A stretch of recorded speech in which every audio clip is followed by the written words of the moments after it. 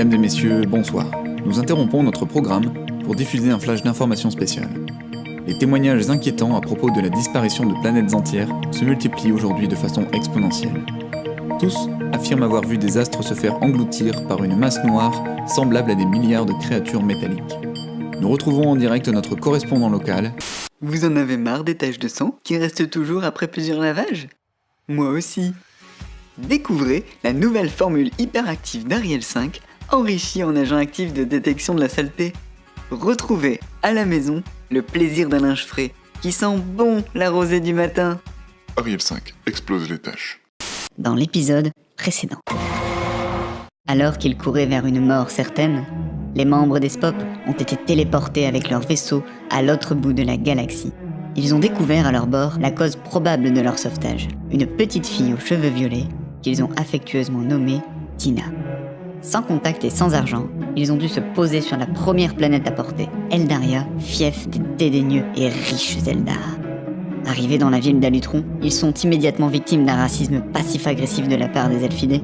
Mais quelques pérégrinations plus tard, ils trouveront finalement le réconfort dans les bras de Marie-Thérèse, secrétaire au bureau local de la Compagnie des Étoiles.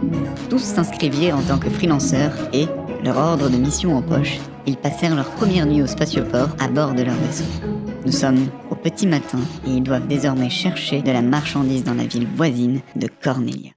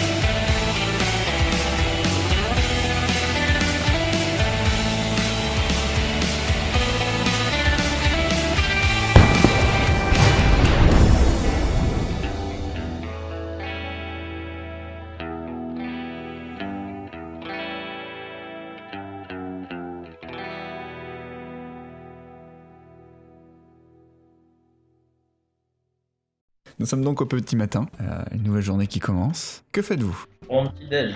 C'est clair, grand bol de soleil. Non, on se lève. Je bois une gorgée de whisky. Ah, c'est le réveil, quoi.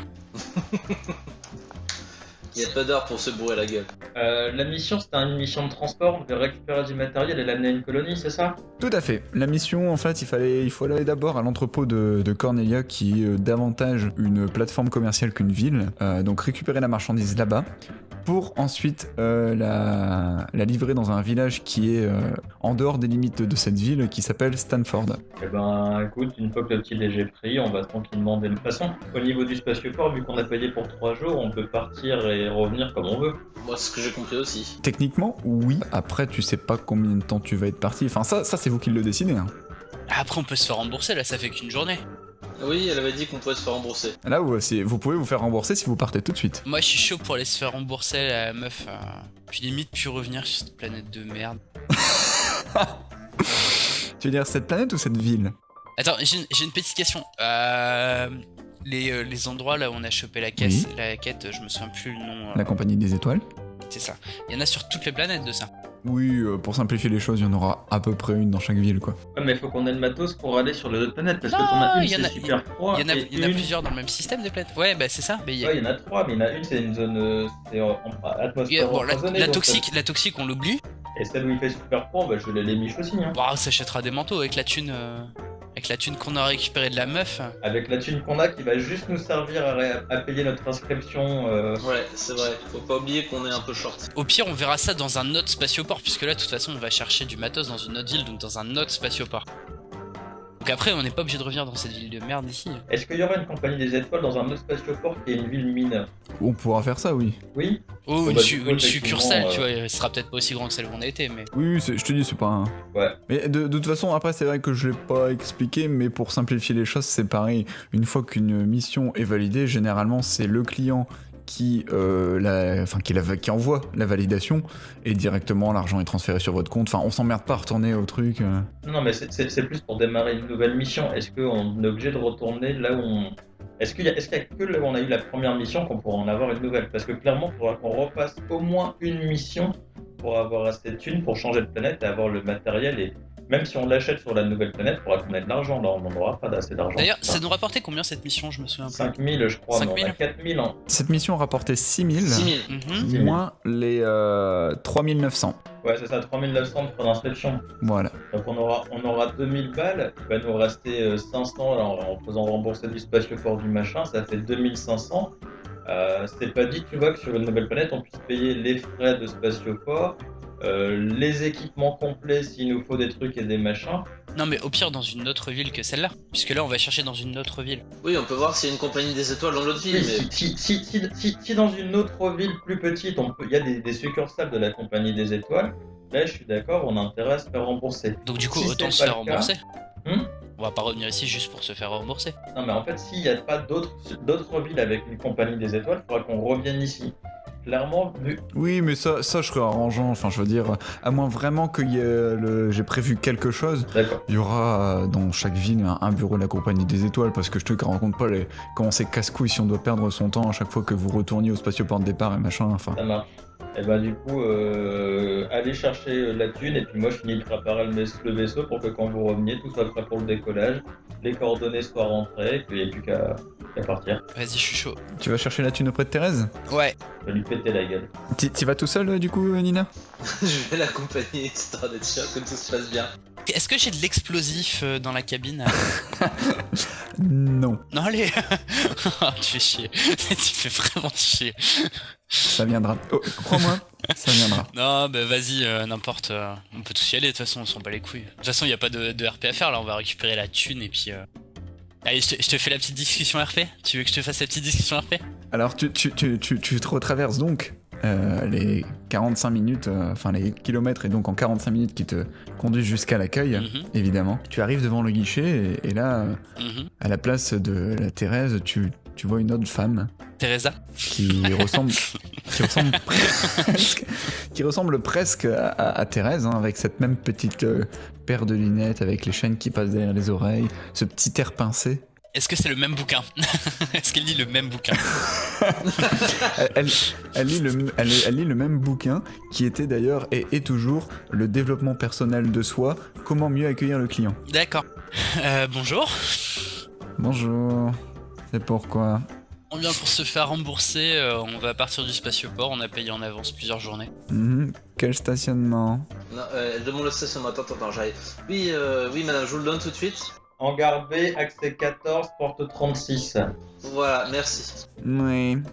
Tu vois, elle commence un peu à pianoter sur son clavier. Elle fait oui, bon, voilà. Et donc elle vous rend, enfin, vous voyez que c'est crédité du coup sur votre compte, 400 crédits. Ok, bah c'est ça. C'est ça, c'est bon. Ouais, c'est bon. Merci beaucoup, madame. Quelle efficacité. Vous les répartissez comment entre vous? On fait un compte commun de toute façon. Je pense pour l'instant c'est plus simple. Ouais, c'est moi qui garde. Non. Non, si j'ai gardé des comptes séparés, c'est justement dans l'éventualité où je voudrais faire de temps en temps un petit truc de son côté pour aller chercher de l'équipement ou quoi. Ouais, on reprend chacun les 100 thunes. Ça marche.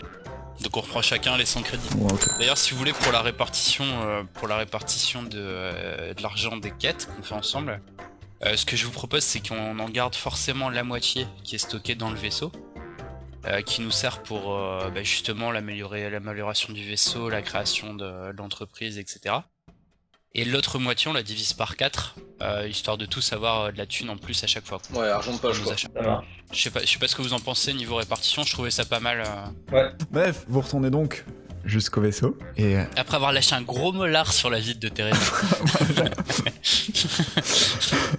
qu'est-ce que tu as mangé au petit déjeuner au matin à part du whisky? Des glaçons. Il va péter à la vitre avec un glaçon. Ok. Non, tu as de la chance. Tu as de la chance. La viscosité de ton molar n'est pas telle qu'il y ait le filet de bave qui relie ta bouche directement à la vitre et donc du coup tu n'es pas électrocuté. Ah putain. Donc vous retournez donc jusqu'au vaisseau et c'est non sans un petit regret, un peu de peine que vous quittez la ville d'Alutron. Et un gros fuck. C'est clair. Et puis en plus, au moment où vous partez, vous regardez dans le rétroviseur et puis sur le place de stationnement, il y a Marie-Thérèse qui vous fait signe, elle fait « Revenez vite !» Ah, mais je suis sûr qu'il y a sa cousine à Marie-Thérèse qui est dans une autre succursale. Je pense que c'est acquis que tout le personnel de la Compagnie des Étoiles est créole. D'accord. Ça me va. Ah ouais, c'est clair. Bref, Bluff. vous partez donc du spatioport d'Alutron pour vous rendre du coup à celui de Cornelia, qui est la ville où vous allez chercher le matos. Alors pas exactement le spatioport en fait, c'est plus un entrepôt où justement donc les vaisseaux se stationnent pendant un temps très limité, le temps de charger et décharger, mais où par contre de fait il n'y a pas de frais. Cool. Et il y a pas mal de marchandises du coup. Et il y a pas mal de marchandises. Non, Canard, on va pas voler des trucs tout de suite. Ah mais... Nina, elle est intenable. Je réfléchis là, attends, il y a peut-être du business à faire. Ah ouais. On va attendre un peu. Vous vous posez donc tranquillement dans l'entrepôt de Cornelia. Mhm. Que faites-vous ? Déjà, est-ce qu'on a une idée précise de qui on doit contacter pour aller choper la marchandise? Voilà, est-ce qu'on a les contacts, ce genre de choses pour la mission? Non, mais tu as un ordre de mission avec une référence sur le colis à chercher. Ok. Je pense qu'il y a des boards, des espèces de bornes pour faire les chargements. Pour trouver à quel endroit se trouve le colis, qui est-ce qu'il faut contacter, etc. Ce genre de choses, non? Oui, enfin, il y a une espèce d'accueil, quoi, un guichet. Ah merde, non mais j'ai pas de bol mec les guichets. Est-ce qu'il y a une vitre cette fois-ci sur le guichet? Il y a une vitre, en plus elle est électrifiée et blindée. Ah merde, c'est pas de bol quand même. 2 fois. J'ai l'impression que t'as envie de me limiter ce soir. tu sens que je suis chaud là.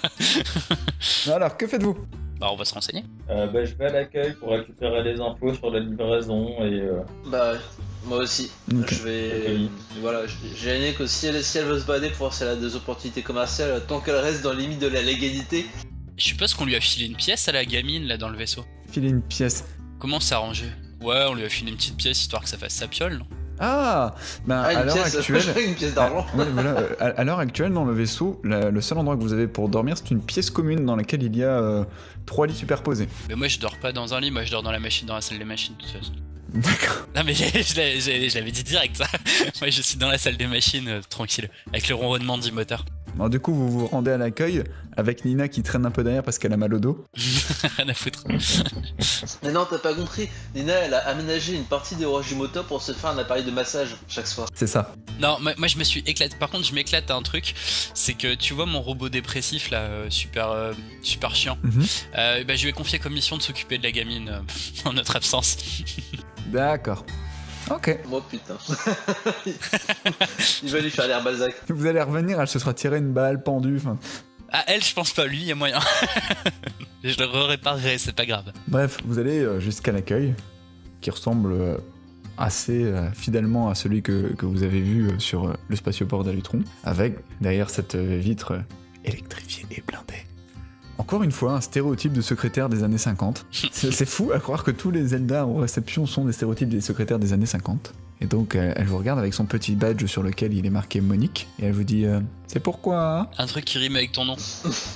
Bonjour madame, nous avons été mandatés par la Compagnie des Étoiles pour récupérer un chargement à destination du village de Stanford. Je lui montre l'ordre de mission. Alors, si c'est pour du retrait de marchandises, il faut vous adresser au maître des stocks. Et où est-ce qu'on pourra trouver le maître des stocks, s'il vous plaît? C'est le vieux monsieur qui est là-bas. Et où vous retournez et vous voyez effectivement une espèce de vieil homme, un mec un peu bizarre, et qui est en train de discuter avec 2 autres personnes. Je la sens pas, ça. En quoi il est bizarre? Ouais. Tu verras bien assez tôt. Bah, on peut savoir si on le trouve bizarre, hein. On le trouve bizarre, pourquoi? Ouais, Bah, en quoi physiquement on le trouve bizarre, quoi, c'est ça. c'est ça. À part qu'il est vieux, bon. Ou en comportement, enfin je sais pas. Et tu vois, il a un énorme sac à dos sur lui, et ce qu'on ne voit pas là sur l'image, c'est qu'il est aussi, il s'appuie sur un déambulateur. D'accord. Ok.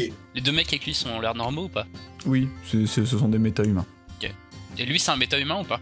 Tu vois pas. Ah merde. Tu vois pas ses oreilles, donc c'est difficile à juger. Et par contre, en regardant comme ça un peu leur discussion, vous pouvez voir que c'est assez animé. Je me rapproche doucement sans intervenir dans la discussion en essayant de saisir un petit peu de quoi ça parle. Moi aussi. Moi je les suis, mais j'ai déjà ma main sur le holster. Pareil. Donc vous vous approchez du groupe des 3 personnes, et là d'un seul coup le vieux lâche son déambulateur et il fout une grosse patate à un des 2 mecs qui vole 10 mètres plus loin, et il dit à l'autre « Bon maintenant tu me vires ton tas de ferraille de mon entrepôt, moi j'ai une machine à faire tourner. Oh cool. Ok. Du coup je laisse Nina aller discuter avec lui. » Tu vois que le deuxième mec qui est quand même assez surpris de la réaction du vieil homme qui se fait pas prier en fait et qui s'en va, il ramasse même pas son copain qui gît à même le sol. Son copain il est dans le coma? Ah ouais. Bah j'en profite pour lui faire les poches. Ou pire. Oh. Je m'y attendais tellement. Tu vas lui faire les poches, tu trouves sa carte d'identité et tu trouves un paquet de clopes et un briquet. Ah bah je prends les clopes et le briquet et je m'en fume une. Et je lui file un petit coup de latte dans le bide. En disant je sais pas ce que t'as fait mais tu l'as bien cherché enculé. Ensuite les autres. Moi j'arrive derrière et je vérifie quand même que le mec est pas en train de crever, qui va s'en remettre. Et après je me retourne vers le vieux pour engager la discussion, si personne ne l'a pas déjà fait entre temps. Ok, donc déjà tu vas voir le mec au sol, il est mort. Ça c'est fait. Génial. Bon, du coup je fais bien attention de pas le toucher, enfin plus que nécessaire, et de repartir aussi vite que possible, de m'éloigner, genre c'est pas ma faute à moi. Du coup tu retournes vers le vieil homme et en jetant un coup d'œil par-dessus ton épaule, tu constates et tu juges très vite que apparemment ça doit être assez monnaie courante par ici, parce que tu vois des mecs de l'équipe de maintenance qui se ramènent en soupirant avec un chariot élévateur, tu sais. Bref. Je vais voir le vieux. Voilà, le vieil homme, donc, vous regarde, il fait « c'est pourquoi ?» Bah dis donc, ça a l'air vachement animé la gestion des stocks ici. On vient vous voir parce qu'on a un colis à récupérer. Apparemment, c'est vous qui êtes chargé de la distribution.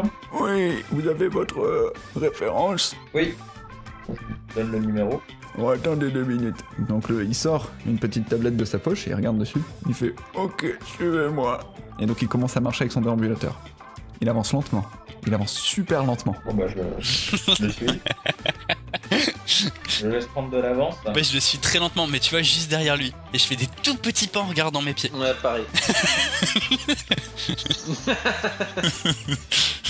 Au bout d'une demi-heure, vous avez franchi les 300 mètres qui vous séparaient de votre colis. Donc il fait alors, chargement B1224, c'est celui-là. Et donc il vous montre, il y a quoi 6 palettes avec des grosses caisses en métal dessus. Il fait alors, le regarde. Alors c'était pour 48 plastrons lourds, taille XXL, ouais tout y est. Bon allez, signez-moi ça et puis dégagez. Et il vous tend. On a un chariot élévateur pour embarquer les palettes? Vous avez un chariot élévateur dans votre vaisseau, oui. Eh ben... Bon bah je vais chercher le chariot. je signe le récépissé de la marchandise. Est-ce qu'on a un détail sur ce qu'il y a dans ces caisses ou pas? Oui, et 48 plaçons lourds, XXL. Ah, 48 placerons lourds, d'accord, ok. Donc sitôt que t'as signé, de toute façon, le vieux fait demi-tour avec son déambulateur et recommence À partir. sa rapide progression, tu sais. Puis il s'interrompt d'un coup, il fait « toi là-bas, on fouille pas dans les caisses !» Puis il jette son déambulateur à la gueule d'un mec qui est 100 mètres plus loin. Du coup je reviens avec le chariot, moi. J'essaye d'aller voir si l'autre mec est mort aussi, s'il y a moyen de lui faire ses poches. Donc tu reviens déjà avec le chariot élévateur qui pète la classe. Yeah. Du coup, tu le déposes près des caisses et en faisant des gros fucks au reste de l'équipage, tu vas fouiller. Tu vas fouiller. Genre le mec il a pas eu le temps d'éviter le déambulateur alors qu'il était à 100 mètres. Ah non, il est arrivé très très vite le déambulateur. Yeah. Et de toute façon, le mec, il est mort comme l'autre, et là c'est encore plus évident, d'autant plus que la tête est détachée du corps. Yeah. Ah ouais, ça le pas. Peut-être que je vais retrouver des clopes. Moi, je suis un peu déçu. Je sentais que ça allait être le boss de fin et Nina, elle a pas trigué. Ouais, tu vois, d'un côté, je me dis que ce sera un membre d'équipage mais de l'autre côté, je me dis qu'il est encore moins contrôlable que Nina. Donc du coup, tu fouilles dans ses poches, tu y retrouves un vieux modèle de téléphone, un petit couteau de poche, ainsi qu'une lampe, genre petite torche LED. Ouais, vas-y, je prends la lampe et puis le couteau. Ok. Les autres, pendant ce temps-là, qu'est-ce que vous faites? Vous avez vu Nina du coup se barrer en laissant le chariot élévateur là en mode c'est pas ma merde. Je suis mécano, moi. Moi, je le récupère pour faire commencer le chargement, en fait. Ouais, moi j'aide à charger. Ok. J'ai le sentiment que le vieux a pas envie qu'on traîne trop et qu'il a des manières pas très diplomates de le signaler. Bon, moi, une fois que j'ai fini, je retourne au vaisseau et je leur ouvre la porte quand même. Je suis pas pute. Je leur ouvre la soute. Ouais, je ferme la télécommande avec la porte bip juste pour le faire chez Nina et je la rouvre après pour lui montrer que c'est pas elle qui contrôle le vaisseau. Mais de où on a des putains de télécommandes pour notre vaisseau? Bon, d'accord. J'accepte. Moi je soupire lourdement en chargeant. Ouais, c'est ça. Je retourne dans ma salle des moteurs et je refais boire un verre de whisky. C'est ça, va bouder dans ton coin. Ouais, parce que là, le spectacle, quand même, c'était Nina qui s'est approchée du vaisseau, qui s'est dit merde, je peux pas l'ouvrir. Du coup, elle a essayé de l'ouvrir à la main, donc elle a sauté pour essayer de choper la trappe. Et donc, quand les autres arrivent avec le chariot élévateur, vous voyez Nina qui se balance. Non, mais j'aime bien, c'est qu'on on rajoute beaucoup de conditions là sur le fait qu'en fait la trappe est trop haute, même c'est fait pour, etc. Est-ce que je peux ouvrir la porte juste un tout petit peu et la refermer pour essayer de lui coincer les doigts dedans? Non. Non, je peux pas parce que j'ai aucune raison de mettre mes doigts là. Ah, fait chier. Et du coup, t'as Percy qui arrive juste après en mode trop la casser. Et le truc s'ouvre. Ah, j'aimerais tellement que ça te déconne. Vous chargez donc la marchandise, donc les 6 grosses caisses métalliques. Comment on a fait pour sauver jusqu'ici en vrai? Et vous repartez donc, enfin, vous rentrez dans votre vaisseau. Qu'est-ce que vous faites? Bah, on charge les caisses dans la soute et une fois que c'est fait, on décolle vers le lieu de livraison. Bah ouais. En arrimant bien tous les trucs, tous les machins pour que ça dégage pas pendant qu'on vole, quoi. Ok, c'est pareil, c'est une chose que j'ai pas précisé. Et de toute façon, ça n'a pas encore eu lieu de le faire. Mais par rapport à la gestion de l'essence sur le vaisseau, je verrai comment je le ferai à terme. Mais dans tous les cas, pour tout ce qui est déplacement à la surface d'un même astre, ça coûtera que dalle. D'accord. Ok. Je pense que c'est honnêtement plus simple comme ça, que Ouais. si on commence à faire des trucs, des allers-retours, des machins, ça va vraiment être casse-couille. Bref, vous grimpez tous dans le vaisseau, vous avez bien arrimé toute la marchandise et vous faites direction vers le village de Stamford. Donc Stamford, c'est un petit village, vous voyez sur le GPS, qui est en dehors des limites de la ville, à peut-être quoi, une cinquantaine de kilomètres de là. Un village un petit peu paumé, finalement, au milieu des bois. Bon, vous parcourez du coup rapidement la distance qui vous sépare de votre point de livraison, et par contre c'est vraiment un petit village, il n'y a pas de spatioport à proprement parler. À bien voir, le seul endroit où vous pourriez vous poser en fait c'est une espèce de clairière qui est en bordure de la ville, enfin du village. Je me pose là en essayant quand même de me mettre vraiment en bordure de clairière pour que ce soit le plus facile possible au niveau du chariot élévateur pour ramener le chargement. Ok, donc tu poses le vaisseau tout tranquillette, que faites-vous maintenant? Bah, moi je prends le chariot élévateur direct et puis on va y aller tout de suite en fait. Bah Bah, je le ferai pas tout de suite, je commencerai par repérer un petit peu à qui est-ce qu'il faut livrer ça. ouais. Et une fois qu'on a repéré, plutôt que de se balader avec le chariot et tous les... C'est ça, directement amener le vaisseau plus proche, voir s'il n'y a pas moyen de livrer direct, parce que là on arrive dans une clairière, mais déjà est-ce que le chariot élévateur il pourrait passer dans le bois si on doit traverser le bois pour le village? Oui, la clairière elle est vraiment en dehors de la ville quoi, enfin elle est collée à la ville si tu veux. D'accord, donc on peut quand même... Ouais, mais après, faut juste qu'on sache à qui est-ce qu'il faut ramener le truc en fait. Voilà. Donc, Ouais. moi je commencerai par ça, par aller voir à qui on doit ramener le truc, dans quelles conditions et tout, à quel endroit, et après pour revenir chercher, de toute façon c'est pas très loin, ça nous prendra pas des plombes de revenir chercher le chariot élévateur et puis ramener ça tranquillement là où il faut. Si ça se trouve, le client il aura même son propre véhicule et préférera l'utiliser. Oui, voilà, je pense qu'on verra. Ok, bon bah vous descendez donc tous du vaisseau, enfin qui descend, qui reste d'ailleurs? Moi je descends. Moi je vais peut-être rester sur le vaisseau quand même.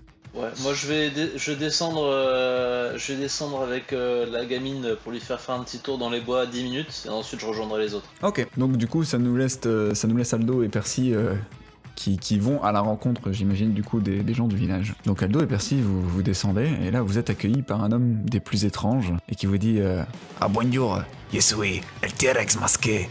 Qu'est-ce que vous venez faire dans le village de la Ligue des catcheurs extraordinaires? Putain, heureusement que je suis pas descendu. Il s'en serait tellement pris une gratuitement là. On a une commande de la Compagnie des Étoiles, une livraison à effectuer dans le village. Ah, Maquet, si c'est vous venez livrer les armures. Oui, c'est ça. Ah, on vous attendait, c'est très bien. Bah, allez-y, amenez la marchandise. Vous avez qu'à la mettre, déposer là-bas, à côté de la boulangerie. Bon, bah, du coup, Il vous montre un endroit du village qui est quand même assez particulier en fait. Hein. Vous sentez que c'est des mecs qui sont vraiment venus s'installer à part avec peu ou pour ainsi dire pas de moyens, puisque vraiment tous les bâtiments ou presque sont faits à partir de containers. C'est classe. et bah, du coup, je repasse dans le vaisseau, récupérer la marchandise et puis je descends avec le petit chariot élévateur. Bah t'emmerdes pas à faire l'aller-retour. Ils ont moyen de me prévenir à distance, non? Oui, on a un talkie-walkie. Ouais. Ouais, bah limite ils me préviennent. Ils ont mis combien de temps à aller à la rencontre des mecs du coup là? 2 minutes 31. Ouais, c'était assez rapide hein, au final. Enfin, c'est un petit village, ils voient un vaisseau se poser. Ouais, d'accord. Logiquement, il y a un mec qui vient à votre rencontre. D'accord. Bah écoute, moi dans tous les cas, dès que je leur message, je prends le chariot là, je charge les palettes dessus et puis je les rejoins petit à petit avec le transpalette. J'ai eu le temps de faire le tour avec la gamine et de Oui, la bien foutre dans sûr. le vaisseau. Ok, bah du coup je vais accompagner Nina. Ok. Donc vous déposez donc toute la marchandise près de la boulangerie. Sous l'œil du coup, J'en profite pour regarder les prix des baguettes. le pain a l'air dégueulasse. Mais vraiment, tu le vois, tu dis, non, même pas cher, je le mange pas celui-là. Ok. En même temps, quand tu vois leurs bras, ils ont du mal à pâtir la pâte, quoi. c'est ça. Même si c'est eux qui me payent, je le mange pas.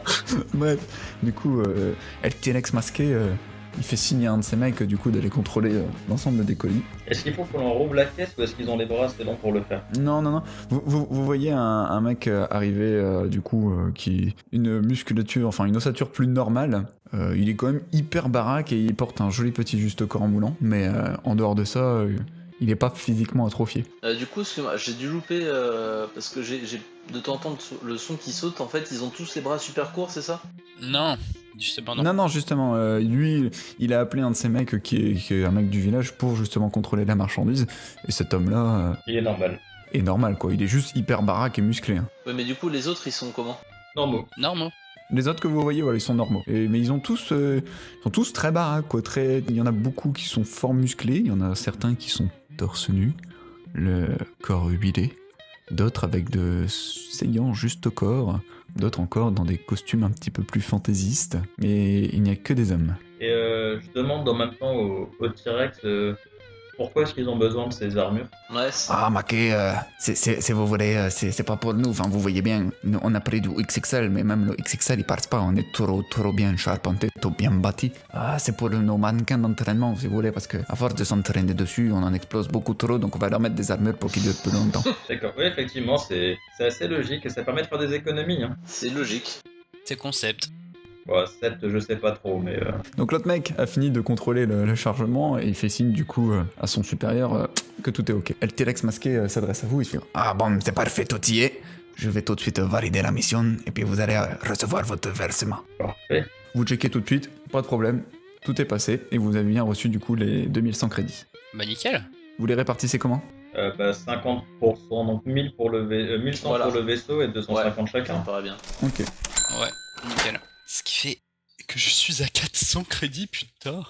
Bref. Sachant qu'on ne peut pas se poser, que tes 400 boules ne te permet pas de te poser sur Eldar à nouveau. Bah si. Ah non, c'était 500 de mémoire. Bah non, mais c'était tous ensemble. Non, c'était 200 par jour pour le vaisseau. Oui, plus les 3 jours d'avance où c'était 500. Ouais, voilà. Et c'est parce que c'était un prix élevé. Le chef s'adresse une nouvelle fois à vous, il fait... Je vois que, remarquez, vous êtes plutôt bien bâti. Vous avez l'air d'être de fiers combattants. Ça vous dirait pas de vous joindre à nous pour faire un petit combat? C'est-à-dire un petit combat. Ah ben, si vous voulez, ici, c'est la ligue des catcheurs extraordinaires. On a tous été, pour des raisons diverses et variées, bannis de la ligue de catch ordinaire. Parce que, voyez-vous, nous étions tous trop mauvais acteurs. Et du coup, on a décidé de construire, enfin de bâtir cette ligue, cette association, pour faire des combats, mais des vrais, avec des vrais coups qui sont portés, qui font mal dans la bouche. Et du coup, ce soir, on fait un petit tournoi en équipe, et le vainqueur, il remporte 5000 crédits.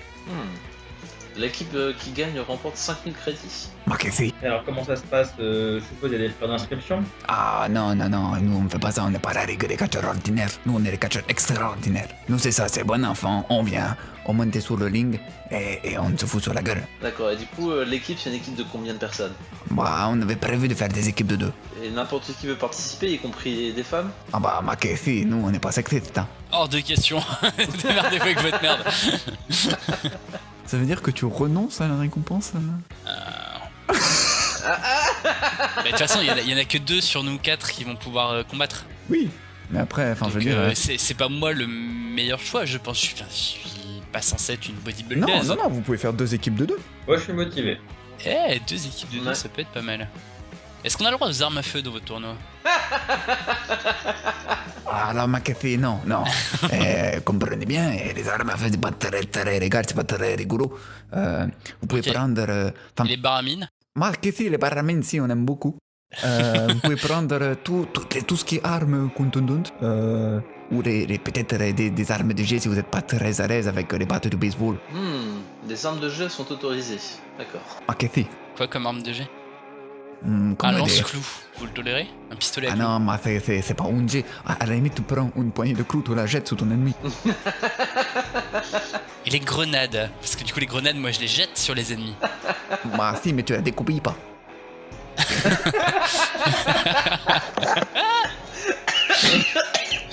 Et si elle se dégoupille tout seul? Mais Nina, je crois que l'objectif, c'est pas de tuer son adversaire. Ah, j'ai pas dit une vraie grenade, ça peut être une paralysante. Non, mais ils mourront de toute manière. Ah, bah que je sais pas si je peux faire une exception. Moi que si, moi ça me poserait pas forcément de problème, mais les autres seront peut-être pas d'accord. Ah, mais vu que je suis la seule femme, j'ai quand même un petit avantage. Moi c'est vrai que tu es Parce moins que tu musclé comprends, que... voilà, je suis douce et fragile, donc si Non, on mais le combat au juste corps à ses corps, pectoraux, c'est pas quand même. trop mon... Bah, je comprends. Écoute, ce qu'on va faire, c'est qu'on va t'autoriser à prendre des grenades. Par contre, on mettra du scotch autour pour que la copie elle parle pas. Ça serait dommage que le scotch parte. Donc qu'est-ce qu'on fait comme équipe du coup? Percy, t'as une préférence? Non, pas particulièrement. Faut un peu les gens qui savent se battre à la mano, parce que... Ah, après, on peut peut-être faire une équipe qui a des chances de gagner, une équipe qui est là au cas où. Ouais, mais attends, est-ce qu'il y a un prix pour la deuxième équipe, enfin pour la deuxième du tournoi? Bah non, mais on peut partager derrière. Ah, mais que non, il y a qu'un prix pour la première équipe. Ouais, bah du coup ça sert à rien de faire 2 équipes, autant foutre Ah les deux si, ça qui m'a savent- fait mettre vos chances de Ah, mais gagner. je te parle pas à toi, le putain de T-Rex. Quoi? Ils sont LTRX masqués. Excusez-la, madame, elle est un petit peu... elle est pas très polie. C'est qui les plus balèzes au cac dans notre groupe? Concrètement, c'est Aladouille et Thor, non? Bah non, moi je suis pas spécialement en cac. Non, mais t'es un ancien chasseur de primes, donc tu sais te battre. Je sais me battre. Marc, allez, inscrivez-vous, on va bien rigoler, ça va être rigolo. Il y aura des coups portés, il y aura des noms qui vont tomber. Excusez-nous, s'il faut nous laisser 5 minutes, on va décider des équipes ensemble, si ça ne vous dérange pas. Marc, si, d'accord. Je vous attendrai là-bas. Vous voyez le grand entrepôt qui est là-bas, c'est là où il y a le ring. Marc, el lingo. Ok, il s'est éloigné. Ouais. Moi je propose qu'on fasse 2 équipes. Comme ça, on partage la prime dans tous les cas, mais il y a une équipe qui va déjà se charger d'amortir un petit peu d'éliminer d'autres. Si jamais on se retrouve en finale, bah tant mieux. Et puis sinon, au moins, vous aurez toujours servi à démolir une partie des candidats. Tu vois ce que je veux dire ou pas? J'ai mieux. Moi, ce que je vous propose, c'est que concrètement, il y a une équipe qui va tenter de gagner le tournoi, et les 2 autres, ils vont tout faire pour niquer tous les participants un par un avant qu'ils montent sur le ring. Avant qu'il monte sur le ring, je pense que ça... Avant. C'est une bonne idée, mais je sais pas comment tu ferais ça de manière discrète en fait. Qui a parlé des discrets? On s'en bat les couilles, c'est des catcheurs. Ah, non mais je veux dire, si tu pars dans cette optique-là, autant directement braquer à la caisse, ça se trouve. Je veux dire... Ah, moi j'aime beaucoup l'idée, mais je tiens à préciser quand même qu'ils sont tous hyper baraques. Ah, mais est-ce qu'on a vu des mecs armés? Bah, ils sont- Tu sais ils sont pas, t'as armés vu, par eux-mêmes. t'as vu les mecs se balader, mais tu peux pas savoir s'ils sont armés ou pas, quoi. Enfin, je veux dire, ils se baladent dans leur village, ils ont pas forcément le flingue, comment dire, accroché au futal. Après, tout ce que vous avez vu, c'est un village qui est constitué uniquement des membres de... Enfin, uniquement de catcheurs. Donc bah les mecs ils sont entre eux, ils vont pas se balader l'arme au poing. Je serais curieux quand même de voir avant une séance Après, j'aime bien l'idée, d'entraînement. Attends, je serais curieux de voir avant une séance d'entraînement sur les plastrons qu'on a livrés Oui, pour juger un peu de la puissance des mecs. parce que si c'est pour se retrouver avec la tête dans le carton, Parce que moi je la sens pas cette idée en fait. On va crever. Parce que c'est bien gentil de dire on va se battre, mais j'ai envie de dire si les mecs ils explosent les plastrons, là c'est pas une bonne idée. c'est clair. J'ai le même sentiment que. C'est pas juste une bonne idée de leur péter la gueule avant, c'est juste que il va falloir. Il y aura pas le choix. Moi, je m'en fous, je suis tout basé sur les skills de toute façon dans ma technique de combat. Putain. Il faut avoir un regard péremptoire par rapport à la cible. Oui, oui, oui. Moi je suis sûr qu'il y a moyen de les déstabiliser en relevant mon débardeur. Puisqu'il n'y a pas une nénette là dans leur. Ou alors ils sont tous gays. C'est des catcheurs mexicains, ils sont forcément gays. Ouais, moi je pense que c'est une très bonne idée, ça, Nina. Si tu es prête à donner de ton corps façon Bimba, Juste là. pour ça je vais pas le faire en fait. Juste pour vos réactions de vieux. Vieux Visla. Non, mais t'inquiète, on a déjà vu tes boobs, hein. Nous ça va pas nous perturber. De où t'as vu mes boobs? J'adore. On en parle?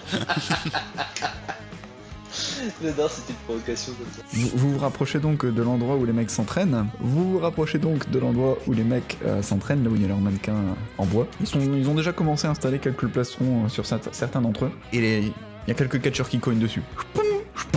C'est un bon bruit métallique, tu sais. Enfin, limite, tu vois, t'as mal pour le catcheur parce que tu dis, putain, un mec normal, il s'explose le doigt. Enfin, tu sais, il pète les phalanges. Mais bon, lui, visiblement, ça a pas l'air de trop le choquer. Ok, donc moi définitivement je participe pas là. Les coups portés ont l'air quand même assez violents, quoi, bien costauds, mais l'armure bouge pas, quoi. Ils en sont pas non plus à un stade où ils vont défoncer du métal à main nue. Ouais, si, moi je le fais le tournoi. Ouais, t'es chaud? Ça reste avant tout des mecs musclés, quoi. Ouais, allez. Ils sont pas non plus surhumains. Au pire, on peut. On lâche l'affaire si vraiment c'est trop galère, mais ouais, je trouve que ça se tente quand même. Bah allez. Ouais, ouais. Bon allez, ça roule. Ça roule. Je vais prendre une énorme clé à molette là dans ma trousse à outils.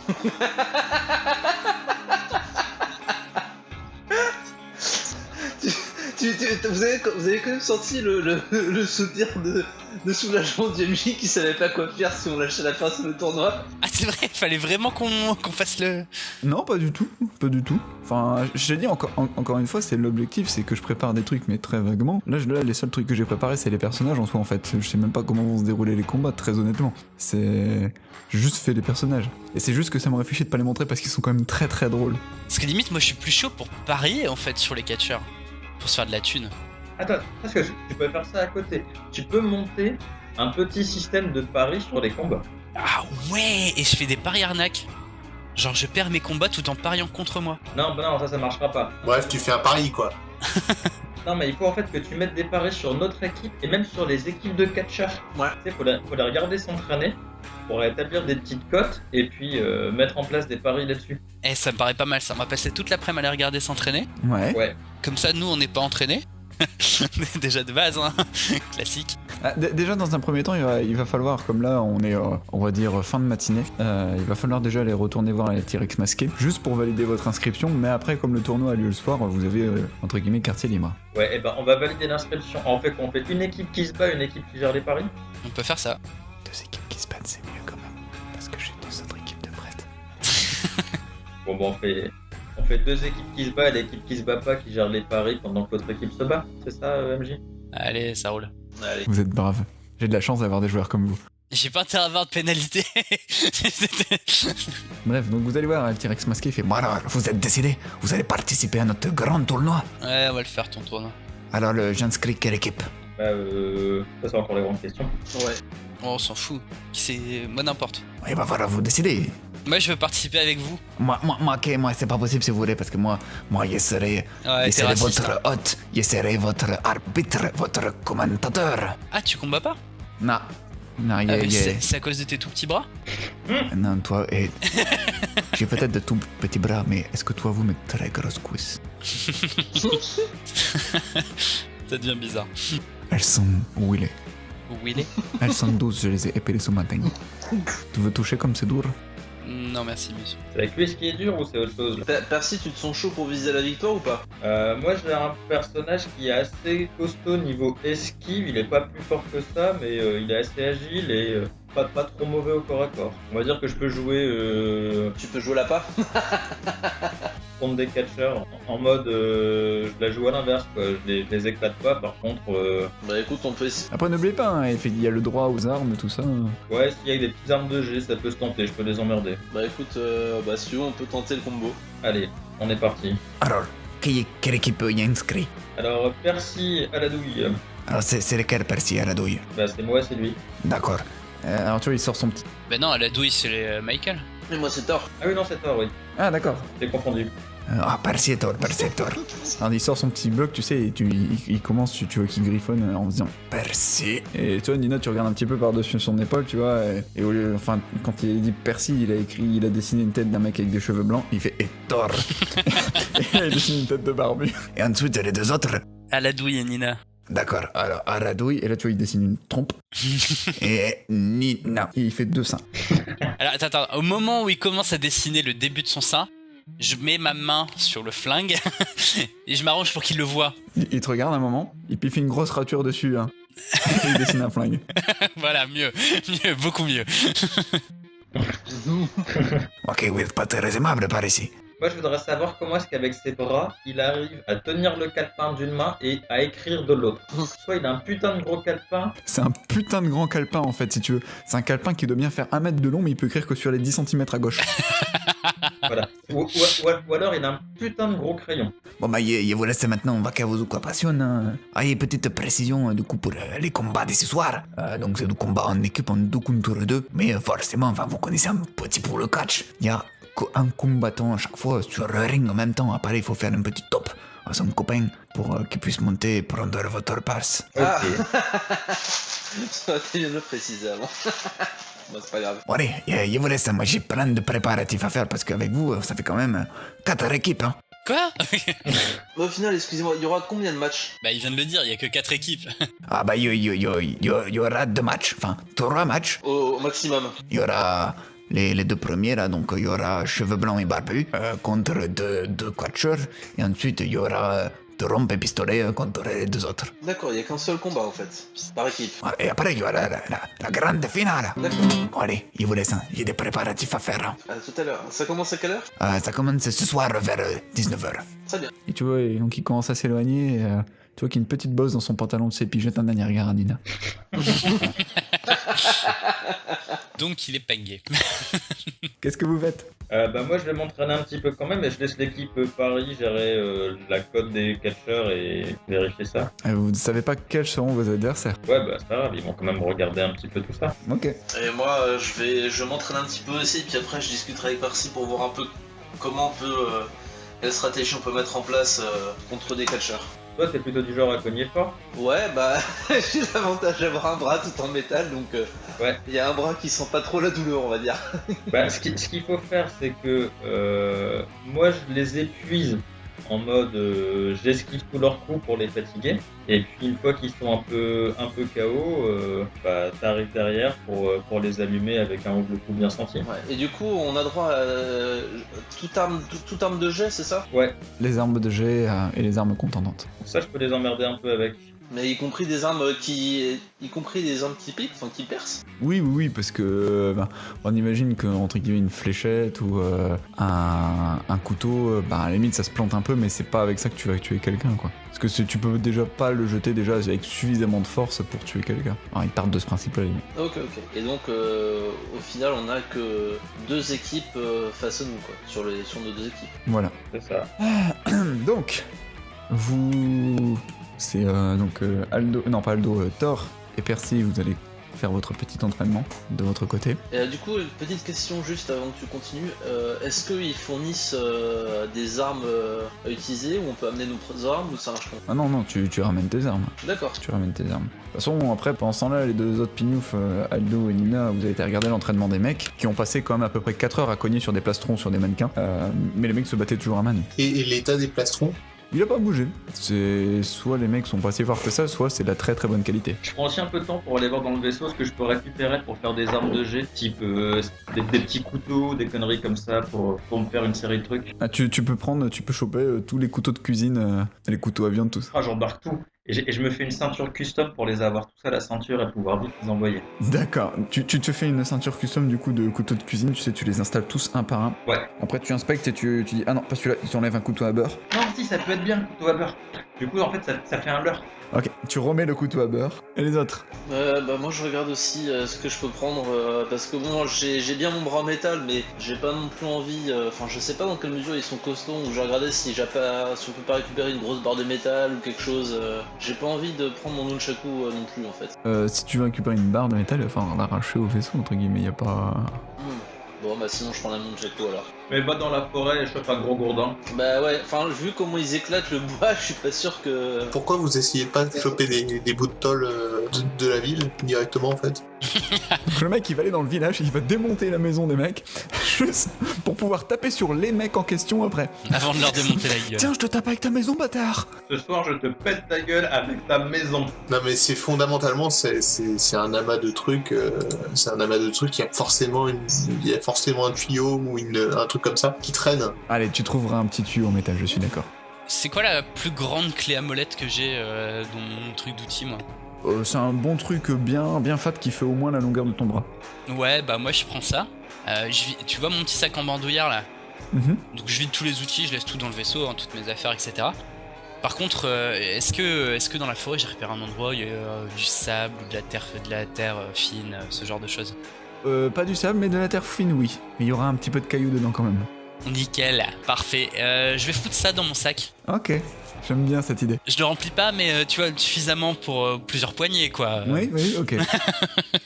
Excuse-moi, j'ai pas entendu, tu remplis ton sac de quoi? T'as pas envie de savoir. Il remplit son sac de terre. Ok, donc Aldo, tu as ta barre en métal. Thor, tu as déjà ton petit bras, tout ça. Bah du coup je vais prendre... du coup je vais quand même prendre mon nunchaku. Je vais le mettre en mode grand bâton. Ok, Percy, tu as ta petite ceinture, ta bandoulière de couteau de beurre. Ouais. Et Nina, du coup, tu as ta grosse clé à molette et ta poignée de terre. Ça me va. C'est tout bon? C'est tout bon. Et côté Paris, comment vous allez vous organiser alors? Alors, vu qu'on a regardé les catcheurs qui s'entraînaient, Oui. on a pu voir quels étaient les plus ou moins doués.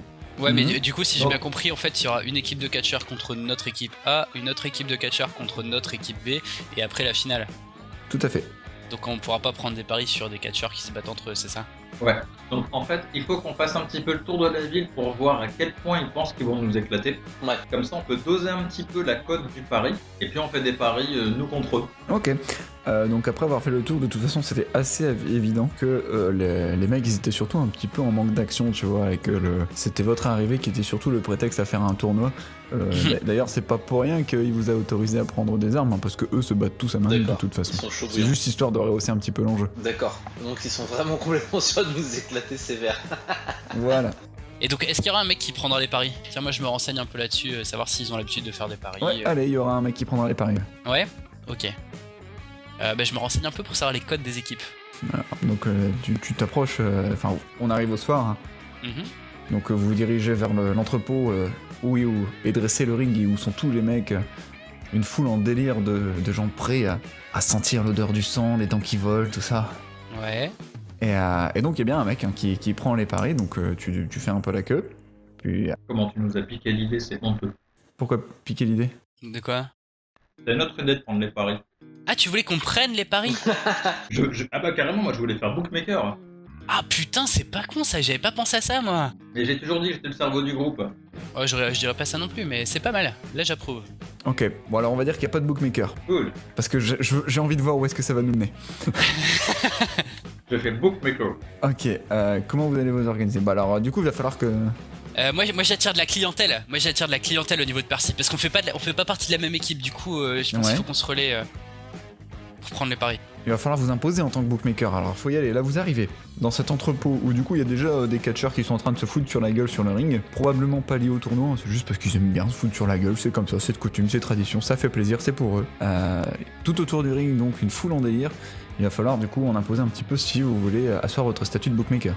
Est-ce qu'il y a une espèce de micro truc comme ça qui traîne, je suppose, pour animer la soirée? Oui, à côté de la table, à côté du ring, il y a une table justement où est assis El T-Rex masqué et qui commente le match en direct. Et là, il commente le match déjà? Ouais. Ok. Tu entends, il fait Oh, et c'est une formidable crochet de droit. Oh là là là là, j'en connais un qui va marcher la salade. Ah putain. Ouais, je vais le voir vite fait pour lui demander s'il peut nous laisser 5 minutes à la fin du match avec le micro pour passer une annonce. Ah, Maquet, mais quelle girl d'annonce. L'annonce Ah, match surprise. mondial. Et il regarde Nina en faisant un clin d'œil. Je remets la main sur le flingue. Et du coup, il regarde Percy en faisant un clin d'œil. Je mets la main sur le couteau à beurre. Du coup, il fait 2 clins d'œil. Non, en fait, on a une petite idée pour épicer un petit peu la soirée et ajouter un petit élément de suspense au combat là. Maquet, si, il vous écoute. Et là, on s'est dit que si on ajoutait un petit enjeu financier à tout ça, en mettant en place des petits paris comme ça, non seulement vous allez pouvoir parier sur si vous voulez nous éclater ou pas, mais aussi éventuellement en combien de temps, et ça pourra ajouter un petit peu d'ambiance au combat et une vraie exaltation au niveau du public. Ah, Maquet, moi, je trouve l'idée séduisante. Après, on me souffle dans l'oreille que parier sur la durée des combats, c'est trop compliqué à gérer. Mais parier sur le vainqueur final, ouais, si, ça peut être très intéressant. Est-ce que vous êtes d'accord pour qu'on gère ça? Parce qu'on a un petit peu rodé à ce genre de truc. Donc on peut mettre assez vite en place une table de paris, un Un petit petit livre peu de habitué avec compte. tout ce qui est arnaque, etc. Non, ça, je si, le dis pas. si, d'accord. Ça, je le dis pas. Après, vous comprendrez bien que forcément, en tant que propriétaire des lieux, quel que soit les sous des combats et des paris, il récupère 10%, enfin, c'est normal, hein. C'est normal. 10% des bénéfices, on est bien d'accord. Ah, 10% de toute la somme qui était versée, enfin, du montant des paris. Ça me paraît un peu raide. 10% du montant des paris, vous êtes un peu gourmand quand même, parce que... Mais vous y avez vu mon ring? Il y a des néons dessus. C'est nous qui gérons tout au final. Ouais, mais dans ce cas-là, après, si on le fait pas, bah il y aura moins d'ambiance, quoi. Après, c'est pour vous, hein. Là, ça va être dommage quand même. Ok, allez, il veut bien descendre à 11%. À 11%, mais du coup, à 11% du bénéfice, du coup. Là, en même temps, je souffle à Percy, t'inquiète pas, il sait pas compter, on va lui filer 2 billets, c'est très bien. Bon, écoutez, on va pas négocier longtemps non plus. On dit 12% et que vous êtes d'accord. Ok, d'accord, c'est parfait, allez, c'est vraiment parce que c'est vous, hein. Moi, franchement, je me saigne pour vous. Bon, par contre, du coup, vous nous fournissez une table et une chaise pour qu'on puisse faire ça proprement. Ah bah, si. Et c'est vous qui faites l'appel pour nous annoncer quand même. Ok, si, allez. Pour encourager tout le monde à venir prendre Paris. Allez, c'est ça, d'accord. Et il fait signe, du coup, à 2 mecs dans la foule, qui viennent sitôt installer une petite table à côté de la sienne, en équipant de micros tout bien comme il faut. Et ensuite, il s'adresse à la foule, en faisant... Ok, pour enrichir les combats de ce soir, nous avons l'immense honneur, le privilège de faire appel au plus célèbre bookmaker de la planète pour prendre Paris. Il est peut-être mauvais en maths, mais il est bon au commercial. Alors, notre vrai nom, c'est... Et du coup, c'était combien ce qu'il a dit qu'il prenait? On s'était mis d'accord sur combien? J'ai pas pu noter. Non, on s'en fout, non, mais on a décidé qu'on lui filerait 2 billets à la fin. Et alors, on n'est pas des bookmakers, on est des bookmakers. C'est important. Des bookmakers? Oui. What? Bah si. C'est le nom de la compagnie, les bookmakers. La compagnie au couteau. Oh putain, la vache. Waouh. Là, elle dirait que si tu regardes, il fait... Oui, donc, les bookmakers. Bande de cons. Alors ce soir, nous avons une course de 10 contre 1 contre les équipes de Zooming et de Macalator un peu plus chelou.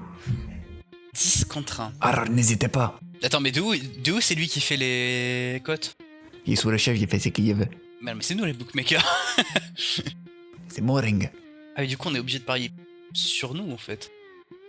Bah non, nous, on s'en fout de parier. Ah bah oui.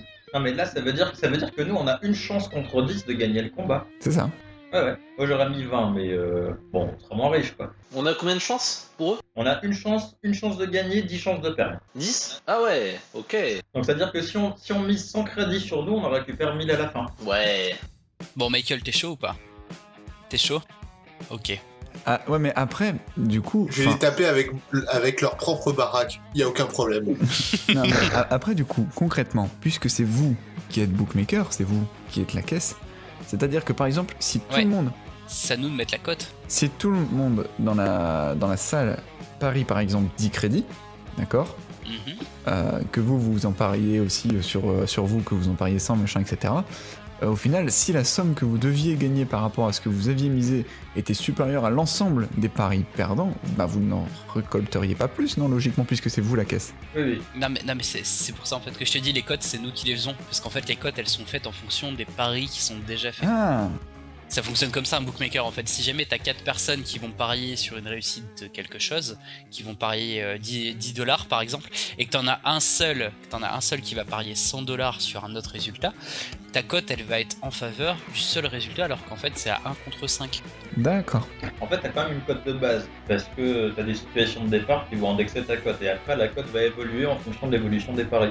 Je suis même pas certain que t'aies une cote de base. Hein.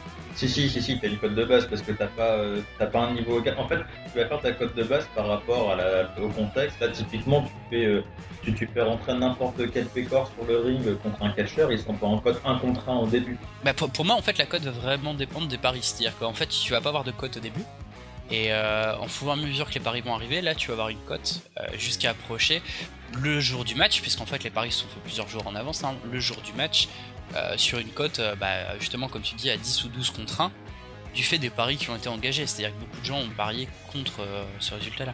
Ce qui veut dire que si le mec perd bel et bien son match, ceux qui ont gagné vont repartir avec leur somme plus un dixième de leur somme.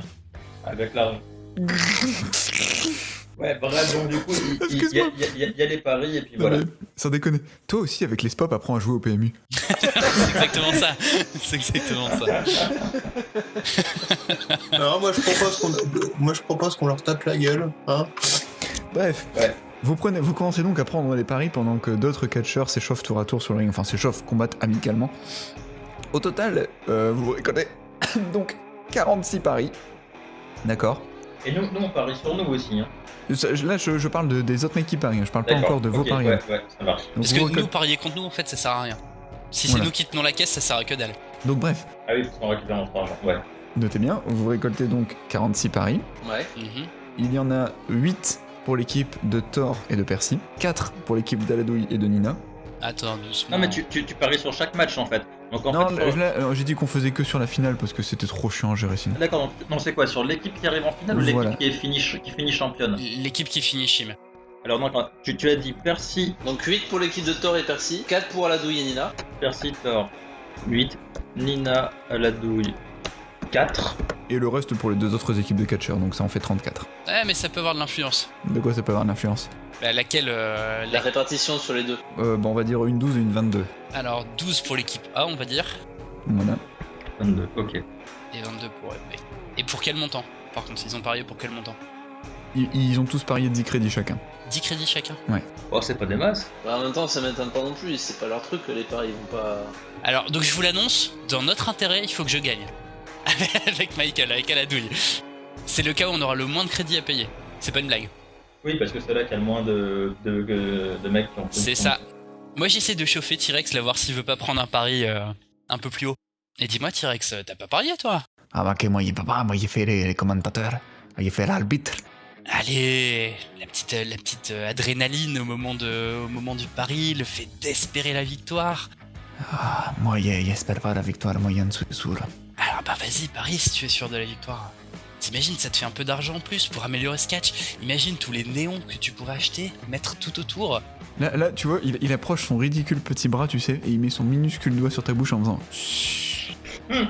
Je remets ma main sur le flingue. Il enlève vite son doigt. Mais il était compris petite, je suis d'accord, il avait été supporté dans ton entreprise, il avait parié 500 crédits sur toi. Ah, mais c'est pas sur moi qu'il faut parier. Regarde ce bel homme. Et là, je présente Percy. Regarde ces magnifiques cheveux blancs qui vont... Et tu sais, puis je chuchote à l'oreille quand même. T'as beaucoup plus de chances de le choper que moi.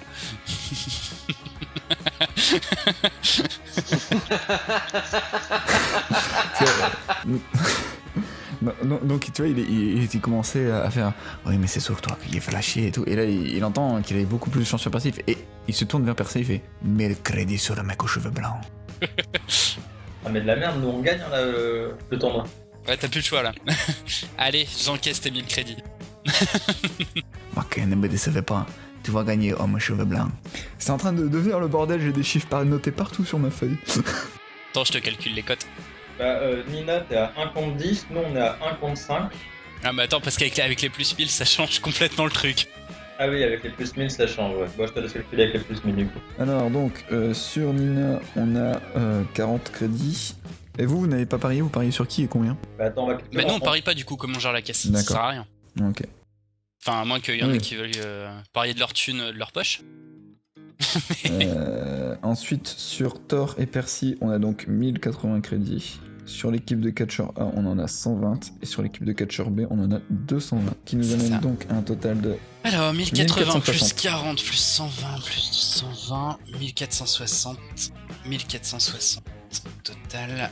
Du coup, si je me bourre pas, Nina, ça fait que par exemple, vous êtes à 1 pour 36, c'est ça? Attends, tu veux savoir quoi, moi? Ouais, enfin, non, mais si je me plante pas dans mes calculs.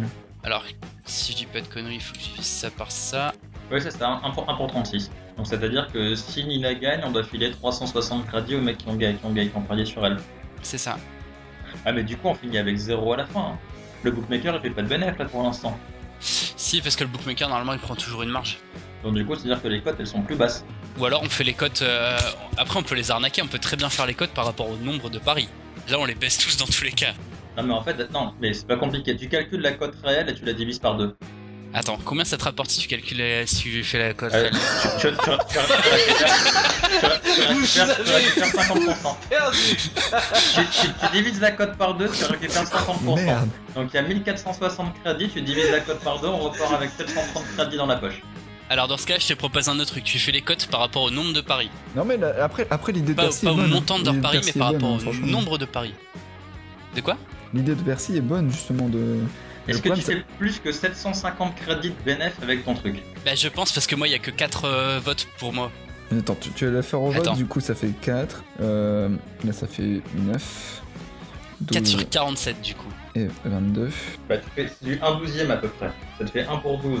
Et ils ont mis 40, ils ont mis 10, ils repartent avec 10 fois plus. Ils repartent avec 120. Donc ils repartent... on fait 1000 de crédit, on fait 1000 de bénéf. Ouais, c'est un peu meilleur. Ouais, c'est plus avantageux. Donc, fais-le par rapport au nombre de votes, la cote. Bah du coup faut que tu gagnes. Bah oui, Quoi, tu fais chier. Ouais, grave. casse-toi les couilles. Ça devient très Bah, compliqué. mais 1000 crédits, on s'en bat les couilles. De toute façon, on s'arrange pour aller en finale. Franchement, on s'arrange pour aller en finale. C'est Les ça, deux on va équipes, dire que ça et on fera s'en bat 1000 les couilles. crédits parce que ça me fait tellement chier de calculer et je sens que cette partie de l'épisode va être tellement chiante. Non mais en fait c'est ça. Il faut qu'on aille en finale. C'est ça, les deux équipes. Et on leur offre un show à l'américaine. Ok. Non, un show à la Poutine entre toutes les élections. C'est ça. En faisant gaffe que ce soit quand même suffisamment crédit parce que sinon ils vont pas aimer.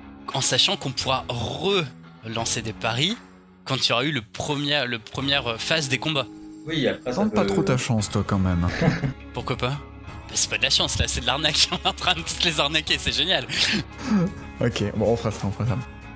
Et c'est donc le moment fatidique, après que tout le monde ait pris ses paris, et que vous ayez encaissé toute cette somme, il est l'heure de passer au combat. C'est donc, ce sera Thor et Percy qui vont commencer. Yo. Je suis le premier à monter sur le ring. Ouais. C'est moi qui commence. Et quand je rentre, Au début, vous montez à deux sur le ring, hein, pour la présentation, tout ça.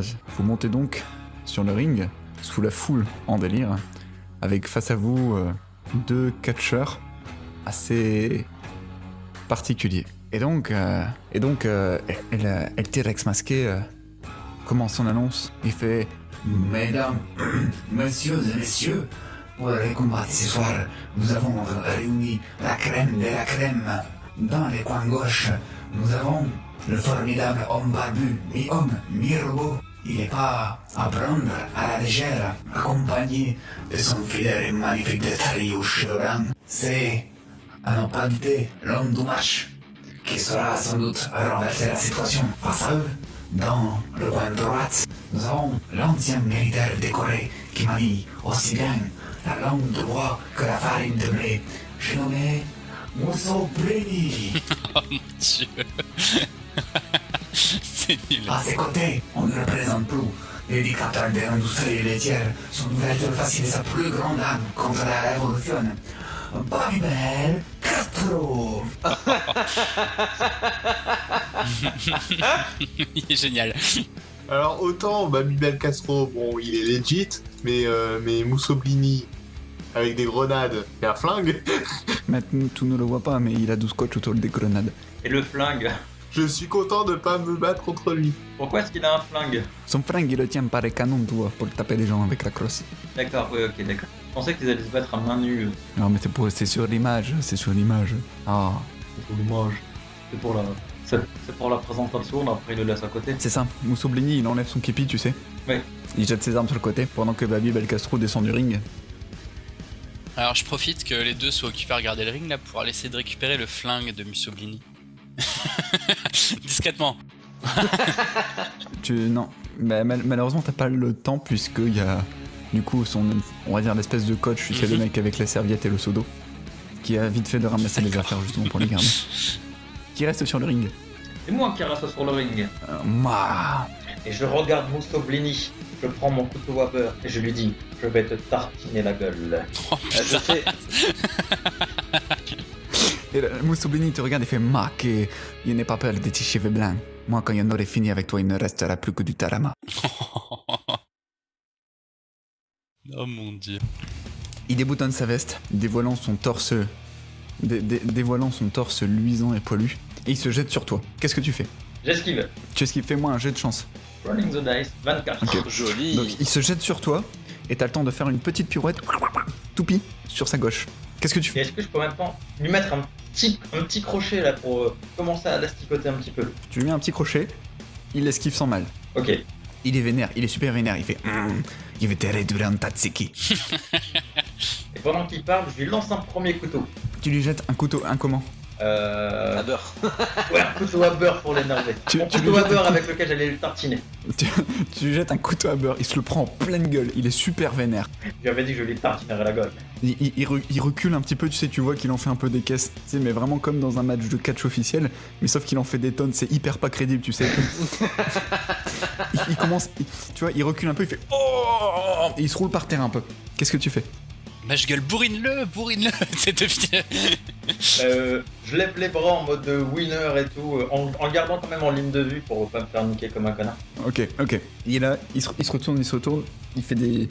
Il tourne 3 fois sur lui-même, tu sais, tout en restant allongé, et puis il se redresse. Je relance un couteau à la gueule, mais un couteau qui pique un peu. Un couteau qui pique un peu. Oh. Tu lui jettes le couteau, il essaye de l'esquiver, tu vois, mais il est encore visiblement sonné par la première attaque du couteau à beurre, et tu lui arraches un morceau d'oreille. Ah ouais? Il est là, il pisse le sang, il souffre, tu vois, il se jette au sol tout en hurlant, il tourne encore sur lui-même, puis il tend la main en dehors du ring. Qu'est-ce que tu fais? Là, c'est pas Babybel Castro qui va arriver. Qu'est-ce que tu fais là? Ah non, attends là. Je fais les gros bras en mode je suis un winner et je vais tous les défoncer. Ok. On a oublié de préciser les conditions de victoire en fait. Ben c'est un match de catch classique, hein, c'est juste qu'à ce qu'il y ait un KO D'accord. ou un mort. D'accord. Mort. J'aime bien la précision. Donc il y a son fidèle acolyte Babybel Castro qui arrive et qui tape dans la main. Du coup Moussoblini il roule en dehors du ring pendant que Babybel Castro il rentre. Et il est super vénère. Qu'est-ce que tu fais? Il te regarde là, il est vraiment pas content. Il a juste sa petite casquette. Je me mets en position Morpheus dans Matrix et puis je lui fais le signe de venir. Ok.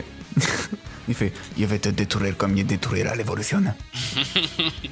Et moi je lui réponds, je vais te tartiner la gueule comme j'ai tartiné ton pote. Là t'as Babybel Castro qui tend la main vers l'extérieur du ring. Et t'as Moussoblini, l'oreille encore en sang, qui lui tend un énorme objet.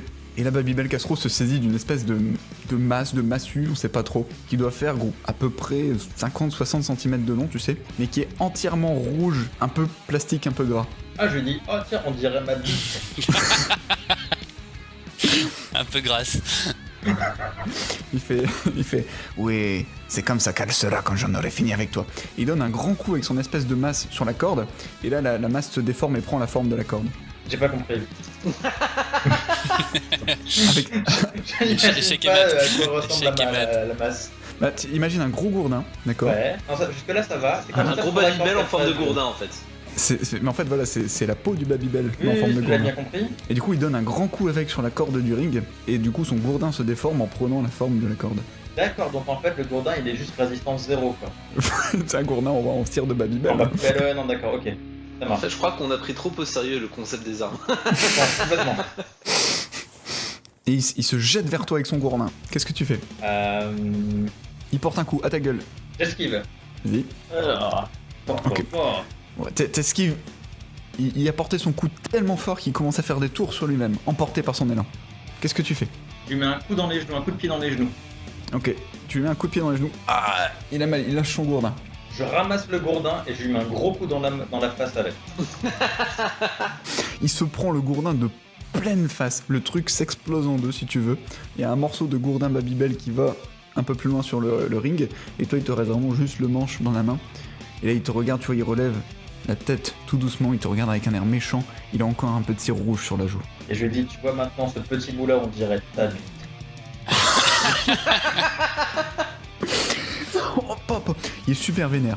Il commence à courir mais en marche arrière. Il fait un peu de moonwalk. Et il se jette contre les cordes. Et il revient vers toi à pleine vitesse. Qu'est-ce que tu fais? Je lui lance le bout de gourdin qui reste dans la gueule et je cours vers lui. Mais au dernier moment, je fais un tacle glissé sur le côté. Ok, il esquive allègrement ton petit bout de gourdin. Fais-moi un petit jet. Oh Oh la vache! Oh la Oh, c'est magique! Oh le catcheur! Mais je me souviens que t'étais fort en catch. Ah Oh ouais. la vache. Ouah. Oh, alors là, Du coup, il là- esquive le gourdin, mais du coup, il a pas le temps de voir que tu t'élances sur lui et que tu lui fais un croche-pied. Il commence à T'emmènes tomber le à la tibia. renverse. T'emmènes le tibia. Les deux tibias. je pense. C'est ça. Au moment où tu tapes dans cette tibia, t'entends une espèce de petit... C'est pas bon signe. Le petit crack en général, c'est pas bon signe. Il pousse un hurlement de douleur tout en tombant vers l'avant. Et là, pile à l'endroit de sa chute, à l'endroit où se trouve sa tête, il y a le reste du morceau de gourdin Babybel, avec juste à un endroit, on sait pas pourquoi, sous le choc, la déformation ou quoi, il y a un endroit un peu plus pointu, un peu plus acéré vraiment qui ressort. Et il vient s'écraser la tête dessus, la pointe dans l'œil. Ah, pourquoi tant de haine? Il est là, à même le sol, étendu, il bouge plus. Qu'est-ce que tu fais? Je fais. Est-ce qu'il y en a d'autres? Est-ce qu'il y en a d'autres? Il y a le T-Rex masqué qui fait Ah, Yebrahim, c'est un combat sans précédent. En seulement quelques coups, avec ses cheveux blancs magnifiques, sa crinière argentée, il a réussi à mettre au sol un de nos plus fidèles combattants. Va-t-il se relever? Là, tu vois la tache de sang qui commence à s'étendre sur le ring. Et là, tu vois, je sors comme un prince et je viens taper dans la main de Thor. Ok, bah du coup, j'avance tranquillement sur le ring. Je m'approche et je dis à T-Rex, en fait, je pense qu'il faudrait l'emmener à l'hosto là. Faudrait le soigner, ça a l'air violent. Ah, que oui, c'est malheureusement déjà la fin pour Babybel Castro, qui était pourtant le leader d'entre nous, le plus fort. Si quelqu'un veut bien pas courir le corps, s'il vous plaît, prévenez la famille. Non mais il va peut-être s'en sortir, hein. Il va juste perdre un œil. Du coup, il y a deux mecs qui rentrent sur le ring et qui commencent à le traîner chacun par une jambe, tu sais. Puis ça laisse une grosse traînée de sang. Et pendant ce temps-là, Mussolini remonte sur le ring, il fait Ma che io vedere due un scialpi parce que tu vas faire mon camarade. Alors, d'une, c'est pas moi, c'est mon pote. De deux, on vient sur le catch, on sait à quoi s'attendre. Il fait maintenant on ne rigole plus. Et là, tu vois qu'il ressort, il a récupéré du coup entre temps, vu la fureur du combat, il a récupéré ses grenades enroulées de scotch et il t'en jette une mais violemment à la gueule. Fais du baseball! Fais du baseball! Ok, je j'essaie de faire un grand coup de baseball avec mon bâton. Ok, fais-moi un jet. Ah, ça va. Putain, d'ailleurs, c'est vrai que j'ai pas pensé à noter depuis tout à l'heure les baisses de chance parce que là, Percy, il passait au moins 35. Pourquoi tu crois que je suis sorti du ring? Pas fou. Donc tu donnes un petit coup dans la grenade, poum, qui vole en dehors du ring. Et j'en profite pour enchaîner et essayer de lui faire un coup avec la pointe de mon bâton vers l'avant, genre dans le ventre. Il est trop loin, il faut que tu t'approches si tu veux le porter. Non, juste en précision. Ouais. Pendant que je suis sorti du ring, je joue à pile ou face, tu sais, en continu, et j'essaie de deviner sur quel côté la pièce elle va tomber. Comme ça, j'évacue ma mauvaise chance. C'est une technique de merde, t'es un gros enculé.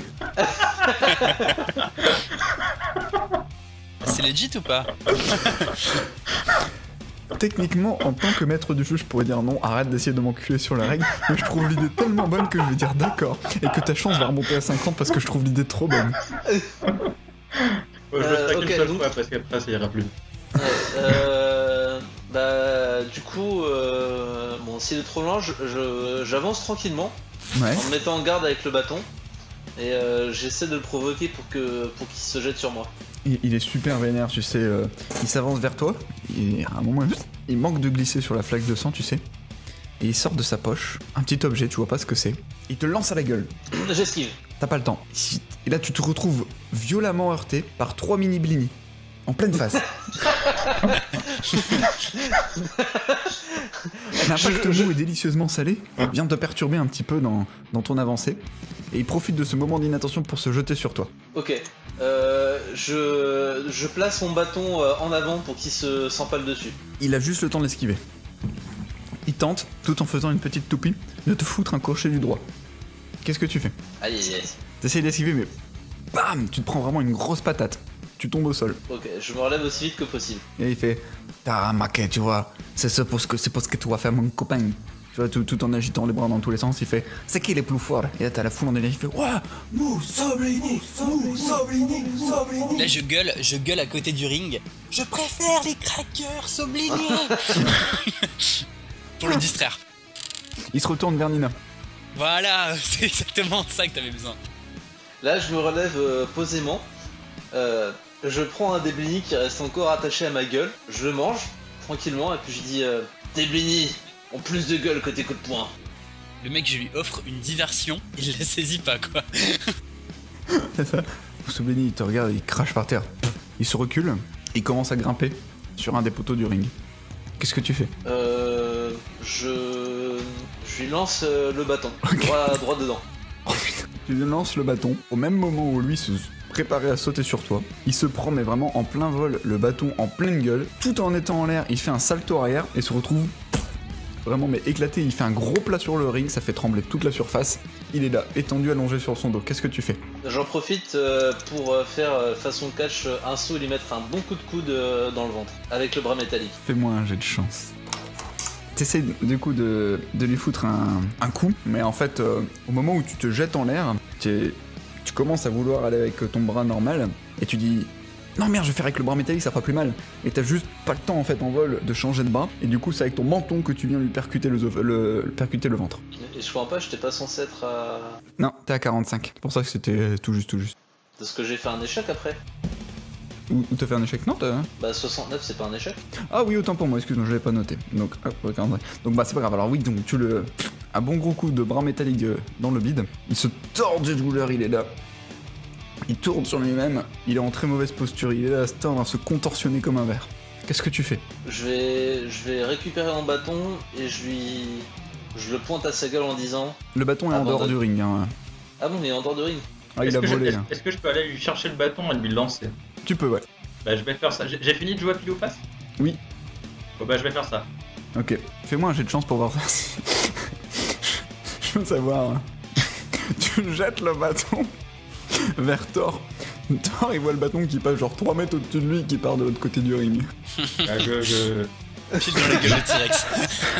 je repars au petit trou, rechercher le bâton de l'autre côté du ring.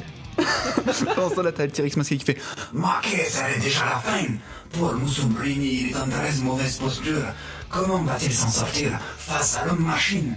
Moi je reste au-dessus de Mussolini, prêt à lui remettre une bonne droite, et je lui ai dit reste au sol, ça vaudra mieux. Parce que je suppose qu'il y a un décompte, ou c'est forcément KO.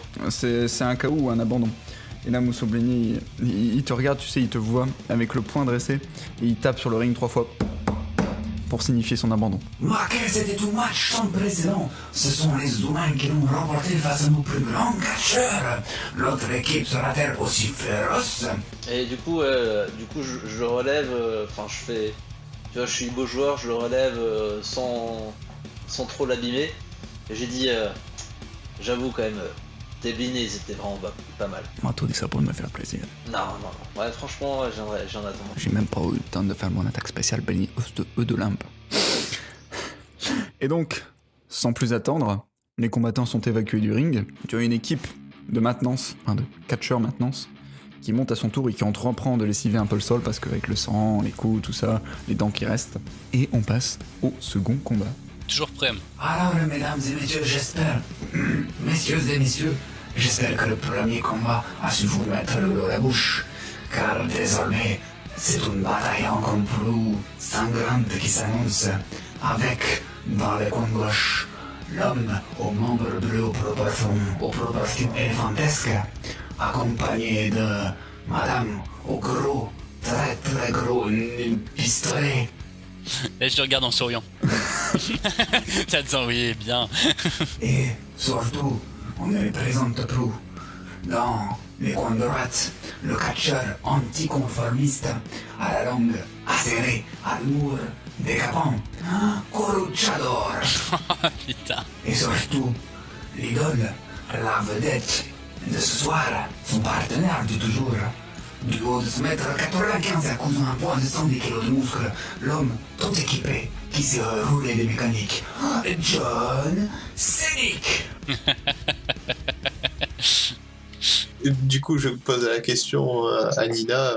Alors, tu veux te faire Coluche ou John? Coluche descend du ring, c'est John qui reste. C'est John qui reste. Allez, vas-y, je te laisse commencer. Ouais, ok.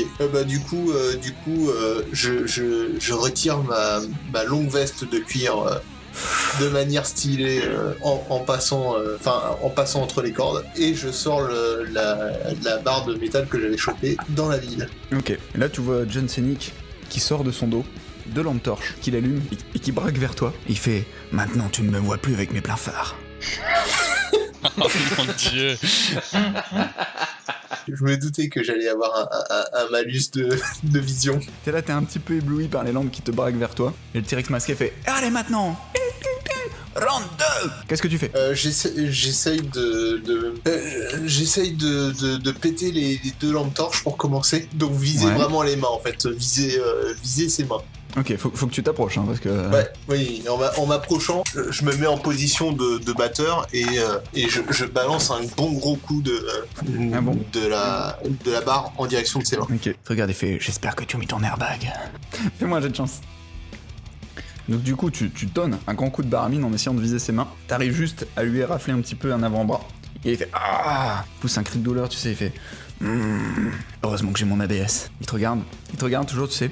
Il commence à allumer et éteindre sa lampe gauche, puis allumer et éteindre sa lampe droite et il fait Clignotant à gauche, clignotant à droite. Et il te jette les deux lampes torches à la gueule. Ok, il est loin de moi ou j'ai le temps d'esquiver ou... Tu peux esquiver mais ça va être difficile parce que tu étais presque collé à lui pour lui donner un coup avec la baramine. Est-ce que je peux me jeter... l'idée c'est que je me jette sur ses jambes en donnant un coup, en essayant de viser pour le coup maintenant les genoux. Vas-y. Et donc de fait éviter les deux torches vu que je me jette vers le bas de son corps quoi. Ok, mais tu te jettes en essayant de taper ses jambes ou juste tu te jettes vers ses jambes, genre tu les chopes? Non, je me jette vers ses jambes en essayant de les taper avec mes propres jambes. Enfin, avec mes pieds, okay. Tu vois. Ok. Ouais, c'est un peu l'idée. Pas un tacle tout à fait, mais tu vois, vraiment me jeter... Ok, vas-y, fais-moi ton petit jet. Oh. Ouh. Tu te jettes, du coup, tu te projettes vers l'avant. Tu sens les lampes torches qui fusent juste au-dessus de ta tête et qui sortent du ring. Et là, bam, tu donnes un bon gros coup dans les tibias. Il tombe vers l'avant, sur les genoux, tout en claquant les mains sur la surface du ring et en faisant Ah. Qu'est-ce que tu fais? T'es là, allongé sur le dos devant lui sur ses genoux. Là, il est sur ses genoux. Je lui mets une claque. Ah, cette humiliation. Vu qu'il a 4 pattes, localise-la bien la claque. Ouais, non, mais je lui mets une bonne claque au niveau des yeux. Vraiment sur la tempe, mais assez haut vu qu'il n'y a pas de règle. Tu lui mets une bonne grosse tarte dans sa gueule. Il l'encaisse, tu vois. Limite, tu vois, pas dire que t'as un peu mal à la main, quoi, mais tu sens que... Putain, il est costaud quand même, le crâne du mec. Il l'a bien encaissé, hein. Il te regarde, l'air super vénère. Et donc, on a le temps de se relever tous les deux, ou j'ai le temps de me relever, là? Là, tu fais ce que tu veux. Ok. Dis-moi. Il est toujours à genoux sur ses... Il est toujours à genoux sur ses deux mains. Tu sais très bien que dans les matchs de catch, à chaque fois qu'il y en a un qui prend les coups, ça dure toujours des plombes avant qu'il se relève. Ouais. Donc du coup, je fais, c'est avec la barre, avec la barre en métal, je lui fais une prise du sommeil. Donc je chope la barre. Ouais. Et tu te mets derrière lui. Je me mets derrière lui et je tire la barre pour l'étouffer. Ok. Fais-moi un jet de chance, ça va être compliqué parce qu'il va falloir faire le tour. Allez, on va dire ça passe. Tu te fous juste derrière lui du coup, avec la barre, et tu commences à la tirer contre sa gorge comme ça, il est là, tu vois. Il tient la barre de toutes ses forces, tu sais, pour pas que ça presse contre sa gorge. Et d'une main, il lâche la barre, tu vois, et il essaye de donner des gros coups vers toi sans réussir à t'atteindre. Et du coup, il tend la main le plus possible vers l'extérieur du ring. Et t'as Coluche Shadow qui essaye, et du bout des doigts qui arrive à taper dans sa main. Ok. Du coup, je lâche tout de suite ma prise. Voilà. Donc t'as John Cena qui roule en dehors du ring. Et t'as Coluche Shadow qui rentre. Il te regarde, il fait « C'est l'histoire d'un mec, je vais le défoncer !» Putain. Ok, donc il m'a pas attaqué direct en arrivant sur le ring. Ah non, bah non, non. Non, ok. Donc j'allais préparer les cibles. Je lui dis juste, t'es venu prendre la même portion que ton copain. Forest du cœur. J'aime beaucoup, franchement. Et ben je me prépare. En fait, là je l'attends, tu vois. J'attends son. Ok, il te regarde, il fait « De toute façon, je vais t'écraser avec mon scooter !» Dis-lui que c'est pas un ring, que c'est pas une scène, que c'est un ring. Et je lui dis que ça va mal finir hein, s'il joue avec un deux roues. Trop loin, trop loin. Il se jette, il fait des grands moulinets avec son bras gauche, tu sais. En mode, tu sais, j'arme vraiment le coude, c'est de façon très cartoon. Et il se jette vers toi comme ça, prêt à te foutre un gros coup du gauche. Alors du gauche, Ouais. donc je saute sur la droite tout en faisant un croche-patte. Ok, fais-moi un petit jet de chance. Et ça passe. Ok, donc tu te jettes pour esquiver son coup, t'essayes de faire un croche-patte, mais lui aussi a le temps de t'esquiver. Ok. Il est super vénère, il commence à courir vers les cordes, à rebondir dessus, à courir vers les cordes à l'opposé, à rebondir dessus, pour prendre de l'élan comme ça. Qu'est-ce que tu fais? Je me mets à terre. En PLS. Je me mets en PLS à terre et j'attends. Non, mais tu vois, je vois faire les allers-retours. Ouais. Et quand il s'approche de moi, je me mets tout de suite à terre. Enfin, j'anticipe et je me mets à terre, mais je me mets donc accroupi, prêt à sauter dessus en fait. Est-ce qu'à côté du ring, je peux commencer à scier les cordes? Non, moi j'ai une question. Est-ce qu'il s'approche près d'une des cordes où je suis? C'est pour rebondir. Ouais. Ok. Au moment où il va taper en fait justement sur la corde, moi je lui fous un coup de clé à molette pile dans les testicules. Tu arriveras pas à l'atteindre. Tu pourras. Non, ce sera trop galère à viser. Entre sa course et les cordes où il faut taper entre deux cordes, c'est trop chaud. Je veux bien t'autoriser que tu lui donnes genre un grand coup dans les chevilles. Ou tu sais, dans les boules sur le côté des pieds là où ça fait bien mal. Mais taper les couilles, non. Nina, monte tes boobs, ça va l'arrêter. Non, vas-y, je lui tabasse les chevilles. De toute façon, on s'en fout, au catch, ils ont le droit de faire ça. Ah bon, on s'en fout, bah oui. Non, mais il n'y a plus de règles là-dedans. Vas-y, je m'arrave les chevilles. Je m'arrave les chevilles avec clé à molette. Fais-moi un jet de chance. Clairement, les mecs, ils sont là pour le fun, quoi. Ah On est en train de les défoncer pour de bon, c'est moche. Pour la thune. T'essayes de lui donner un grand coup de clé à molette en fait, mais sous la précipitation parce que le mec il allait quand même super vite, Coluche, à force de faire des allers-retours sur le ring de corde à corde. En fait, tu te foires dans ton coup et tu tapes la base du ring, ce qui fait que tu sais, mais vraiment un coup tellement fort que t'as les vibrations dans ton corps et t'as super mal au poignet et tu lâches ta clé sous le coup. Je la ramasse du coup, puisque lui il fait toujours ses Ouais. allers-retours. Donc pendant ce temps, la Coluche du coup est partie. Attends. Est-ce que la vibration l'a déstabilisé dans sa course? Non, pas à ce point non plus. Ah bah si la vibration est violente, c'est juste dans. Ah, mais c'est les vibrations dans mon bras qui est Ouais, violent. c'est juste dans ton. Voilà, dans son bras, Ok. dans les poignets. Tu sais, quand tu donnes un coup, vraiment, tu sais que ça te fait tout un choc dans le corps. Hein. Ça te fait genre bien mal. Et est-ce que Coluchador a réagi au coup qui vient de. Enfin, est-ce qu'il a percuté? Du tout. Il était vraiment dans sa course, il a même rien vu ce con. Et là, il se jette sur toi du coup, après avoir pris tout son élan. Du coup, je me jetais à terre et j'essayais de sortir du ring pour faire le tour. D'accord. Allez, fais-moi un jet de chance. Ok, donc t'as juste le temps de sortir du ring, tu sais, pendant que Coluche, du coup, va s'enfoncer contre les cordes, déstabilisé parce que tu n'es plus là. Il fait quelques pas en arrière avant de se casser la gueule sur le dos. Qu'est-ce que tu fais? Ok, là je remonte sur le ring et je fais un coup de coude sur la tête de Coluchador. Ok. Oh la vache! J'ai l'impression qu'il est en PLS sur les rôles de MJ quand même. C'est pas ça. Tu t'élances pour lui faire un grand coup de coude, mais vraiment genre bien vénère. Tu es un petit peu pris beaucoup au jeu dans le catch. Tu sautes un bond d'une hauteur que tu n'avais même jamais faite auparavant. Et là, mais vraiment le coude, mais je vais dire presque tranchant, aiguisé droit vers sa mâchoire. Tu t'enfonces sur lui. Sa tête explose littéralement. Oh my god. Oh putain, on est vraiment pas possible. Non, parce que pour info, voilà le jeu du mec. Hein.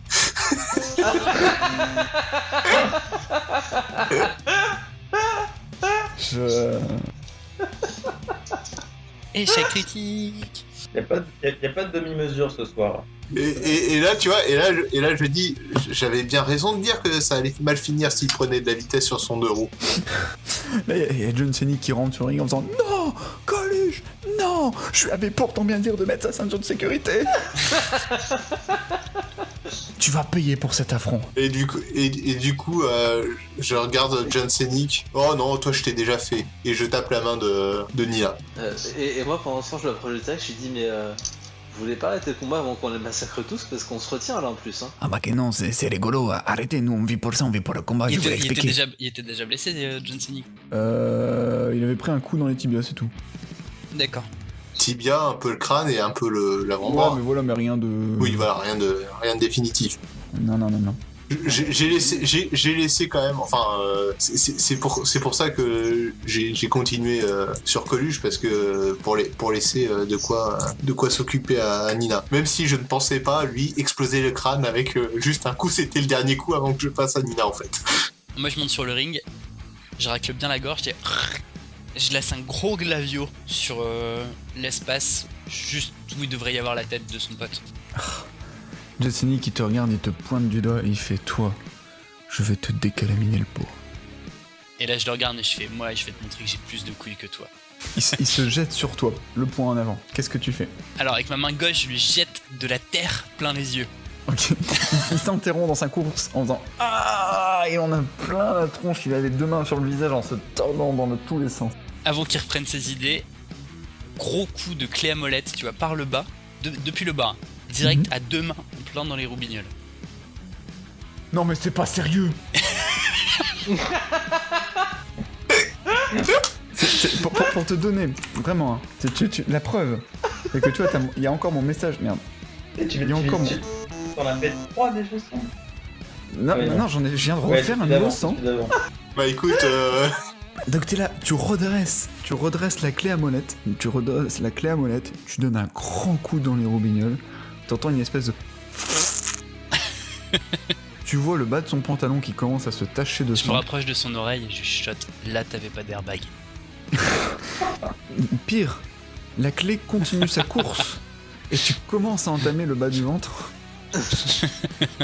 Il tombe sur les genoux après que tu lui aies lâché ta phrase finale et ses intestins commencent à se répandre sur le ring. J'ai honte de mon équipe.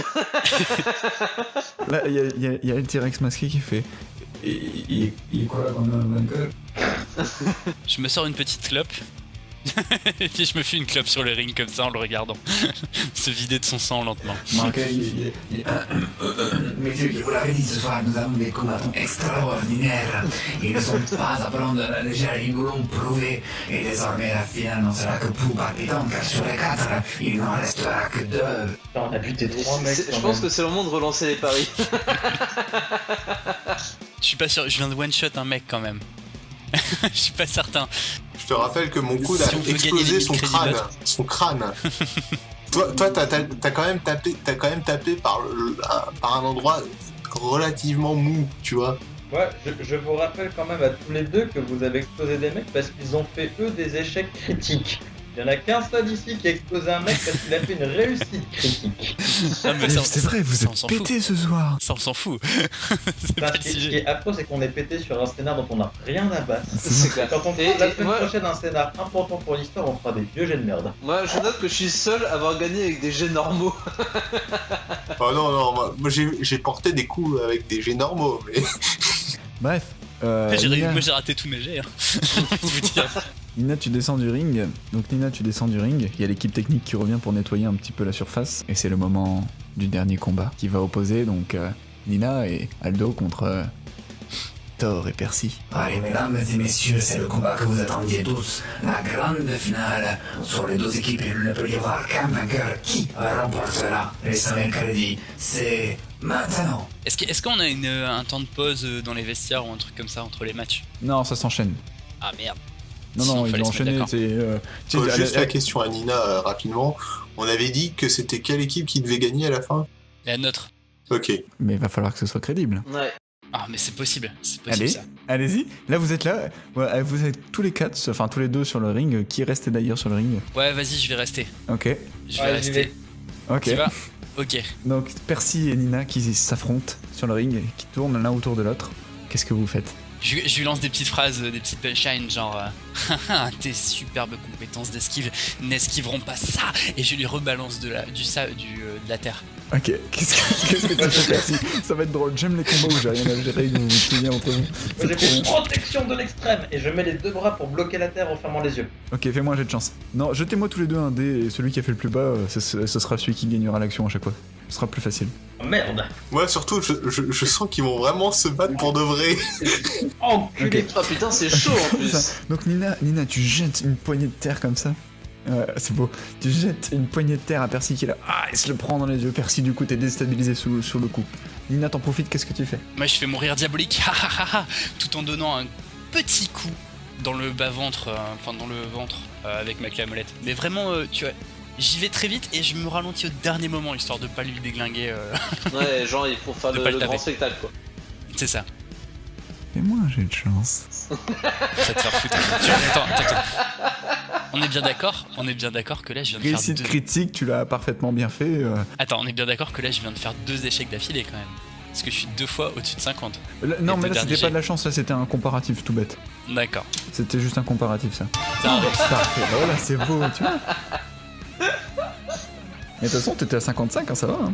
Ah, T'étais nickel. à 50. Donc tu donnes un coup de clé vers l'estomac de Percy. Ralenti au dernier moment, Percy, tu sens juste une légère pression sur ton estomac, qu'est-ce que tu fais? Je repars en faisant, je fais oh je tombe à genoux. Je tombe à genoux, je fais putain. Tu vas voir bientôt. T'auras aussi mal que quand t'as tes règles. Je lui rejette... Avant qu'il ait fini sa phrase, je lui rejette de la terre, mais dans la bouche. Non mais là je les ai fermés. Ok, tous les deux un jet. C'est génial. J'adore. Oh putain. Percy, t'étais là en train de sortir ta magnifique tirade et tu reçois une poignée de terre en pleine face, sauf qu'en fait, il te la jette mais juste au moment où tu reprenais ton inspiration entre deux mots, tu sais. Et du coup, tu commences à avoir de la terre, mais plein la gorge, plein les poumons, et t'es là...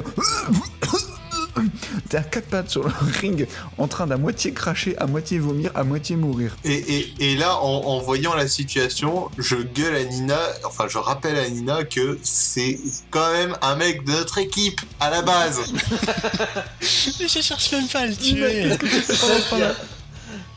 moi, je dis à Nina, du coup va peut-être falloir lui mettre un vrai coup pour qu'il crache toute cette terre. Moi, je pointe du doigt Thor. Et je fais viens toi aussi parce que un seul ça me suffit pas. Oh, mesdames et messieurs, c'est un combat formidable à 2 contre 1. Tout en voyant les petits sourires Quel en va face être des le différents issue de mecs ce qui sont formidable combat? Et là du coup je lance, vous êtes tous d'accord? Ouais. La foule est en délire. Très bien. Je vais venir te régler ton compte, ça va chier. Tu montes sur le ring. Pendant ce temps-là, Percy, t'es à moitié en train de mourir, je suis désolé. Non mais attends, pendant ce temps-là, dès que je vois qu'il est en train de se rapprocher du ring, je fais genre peut-être chauffer la foule, les bras en l'air et tout, tout en m'arrangeant pour bien lui tourner le dos. D'accord. Qu'il ait bien le créneau. Et moi du coup tu vois, comme je veux bien faire le spectacle, je monte pas sur le ring normalement. Je vais prendre appui sur un poteau et pour sauter en faisant un salto avant. Fais-moi un jet de chance. Parce que vu que ça sent je suis pas censé gagner, autant que je me foire comme une merde. Tu sais que tu peux genre te péter le mort hein, si vraiment tu te foires. Ouais, on a des medikits dans le vaisseau. Ça fait 20 plombs qu'il est en train de jeter le dé, c'est grave docteur. Vous avez un résultat ou pas? Non, on va essayer de relancer. Ah, votre connexion ça va être interrompue. Allez, Ah, on l'a c'est reçu, bon, on l'a reçu 45. Putain. Et Ça, putain, c'était tout Romain juste. qui disait fais pas ça. Mais vraiment, tu l'as réussi tout juste. Hein. Donc du coup, tu sautes sur le ring en faisant un salto avant. Tu fais, mais vraiment, tu claques les talons sur la surface, tu trembles. Ça suffit à dégager la terre qui était coincée dans la gorge de Percy, qui reprend peu à peu. Comme je suis arrivé juste à côté d'Ina, je fais style une nanako, mais genre je l'effleure juste histoire qu'elle sente quelque chose. Fais-moi un jet de chance. Oh putain. Donc t'essayes de mettre une petite patate à Nina. Heureusement que j'ai mis le bras normal parce que sinon. Tu lui mets une petite patate gentillette. Nina, tu accueilles le coup quand même comme il se doit, parce que tu dis, bah après tout, c'est ton camarade. Ça fait quand même 4 ou 5 ans que vous vous connaissez. Enfin, je veux dire, vous en avez vécu des choses ensemble. Tu dis, bah c'est bon, ça fait un peu mal, mais ça va passer. Et là, tu sais pas ce qui s'est passé. T'es 3 mètres plus loin sur le ring. À moitié, t'as perdu connaissance. J'ai perdu. Et là, du coup, j'ai gueule. Putain, quoi. Non, J'ai utilisé mon bras normal. J'ai utilisé mon bras normal, putain. Mais t'es quand même quelqu'un de relativement musclé. Enfin, de l'équipage, t'es sans doute le plus baraque. Face à Nina, qui est quand même une allumette. Donc là, je suis à moitié dans les vapes, à l'autre bout du ring, c'est ça? C'est ça. Et t'as pris un grand coup, t'as la lèvre fendue. Ah Je merde. sors mon flingue. Je sors mon flingue tout de suite. Et t'as pas ton flingue sur toi. Quoi? Pourquoi? Bah parce que y a pas d'arme à feu, c'est interdit. Je dis que je m'en servais pas, pourquoi j'ai de où? Au cas où, on te connaît. GG, à la limite, t'as tes grenades avec le scotch, mais... Ah mais j'avais pas de on avait pas de grenade en fait dans notre équipement. Mais si. C'est vrai? Mais pour une fois, je On le avait- rappelle, mais je te dis, dorénavant, tu dois savoir, dans le premier scénario, vous avez récupéré...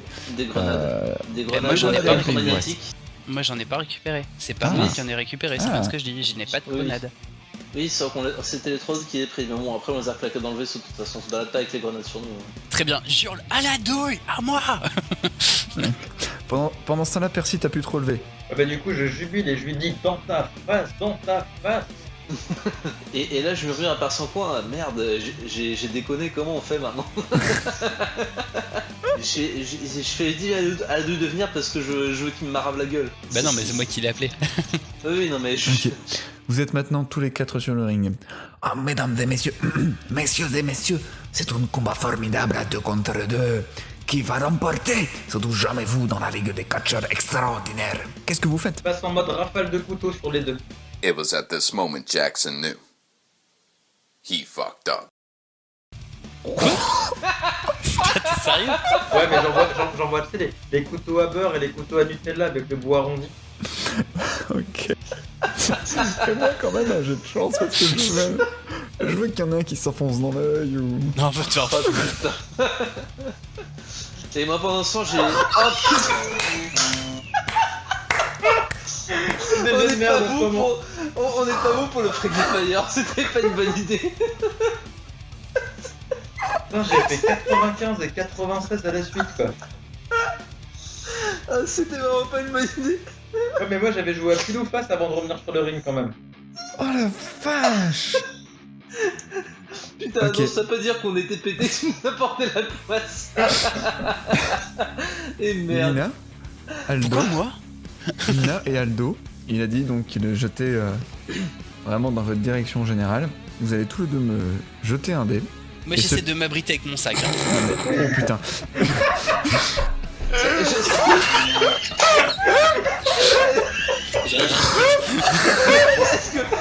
Est-ce que je peux. Est-ce que j'ai eu le temps de au moins mettre mon bras métallique devant? Non, tu peux rien faire à ce stade-là, plus personne peut faire quoi que ce soit. C'est fini, je veux dire, j'en suis à me dire, mais quel va être leur prochain personnage? Parce que... Non, on va te faire foutre. Franchement, on va te faire foutre. Possible. Franchement, Ah, j'ai pas- demande à El franchement, j'ai T-Rex fait de faire un capture jet d'écran. d'esquive. Je fais une capture d'écran, c'est absolument. Non, mais Nours, à ce niveau-là, faut que El T-Rex il fasse un jet d'esquive aussi. Hein. Ah putain, c'est pas possible de faire une suite pareille. Ok, alors récapitulons. Oh, ça va être moche. Aldo, t'as un premier couteau, te frôle le visage, d'accord, et te laisse une grosse entaille dans la joue droite. Mais vraiment une grosse, un truc bien profond. Limite, tu passes ta langue en forçant un peu, ça passe à travers. Ah putain. Nina, Nina te c'est pareil, un autre couteau qui est arrivé. Tu t'es pris le couteau à beurre, pile dans l'œil gauche. Oh, t'es sérieux, va te faire foutre. Tu pisses le sang, tu ne vois plus rien de cet œil. C'était pas ton œil directeur de toute façon. On est d'accord. Putain, la consommation. Oh, quel gros bâtard. De toute façon, tu l'as plus, alors directeur ou pas. Oh putain, mais quel gros bâtard. J'ai Ne t'en fais pas. le droit d'ajouter une punchline du genre la faciale ça fait toujours mal.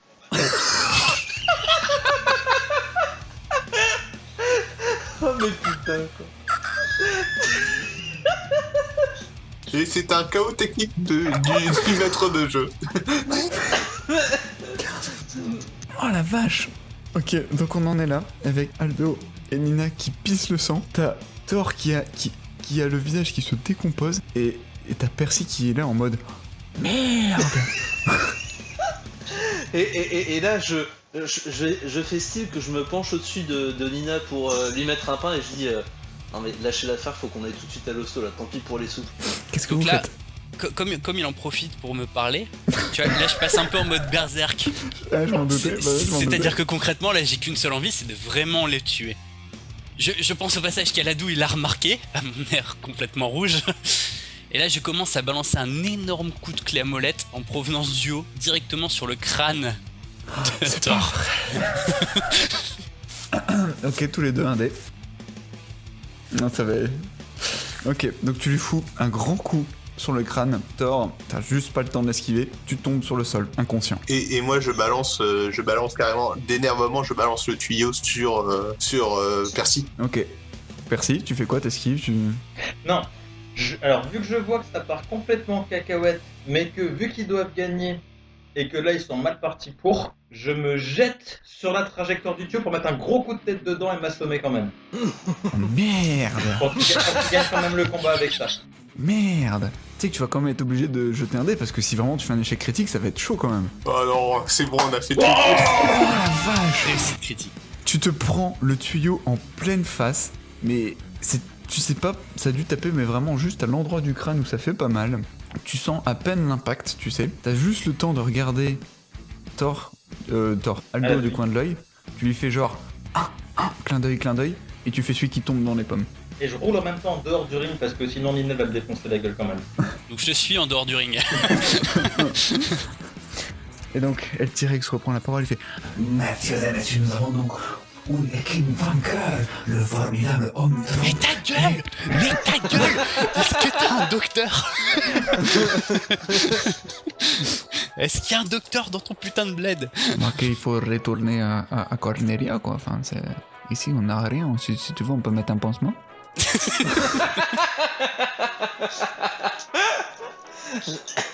C'est tout vrai, je vais pas mettre de rouge.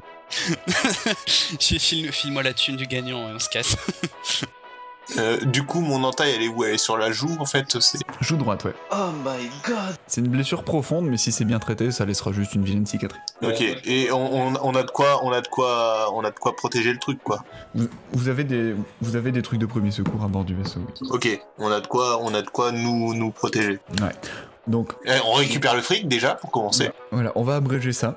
Donc. Je suis vénère, je file un coup de latte à Thor pour le réveiller. C'est bon, on a gagné. Thor, tu es réveillé par une douleur cuisante dans les côtes. Ah ouais. T'as du bol, c'est pas l'entrejambe. Ouais, et je suis là, putain, je comprends que ce vénère, mais te fais chier, c'est pas moi qui t'ai défoncé l'œil. C'est vrai, c'est Percy, il a rien eu, tu sais, il est... Ouais, sachant que tu l'as pas vu, quoi, fondamentalement. T'inquiète pas que ça se fera. Bref, vous récupérez donc, d'une part, la somme promise au vainqueur. Donc Nina et Aladou, ils récupèrent 5000 crédits, plus les 1000 crédits gagnés lors des paris. Vous répartissez ça comment?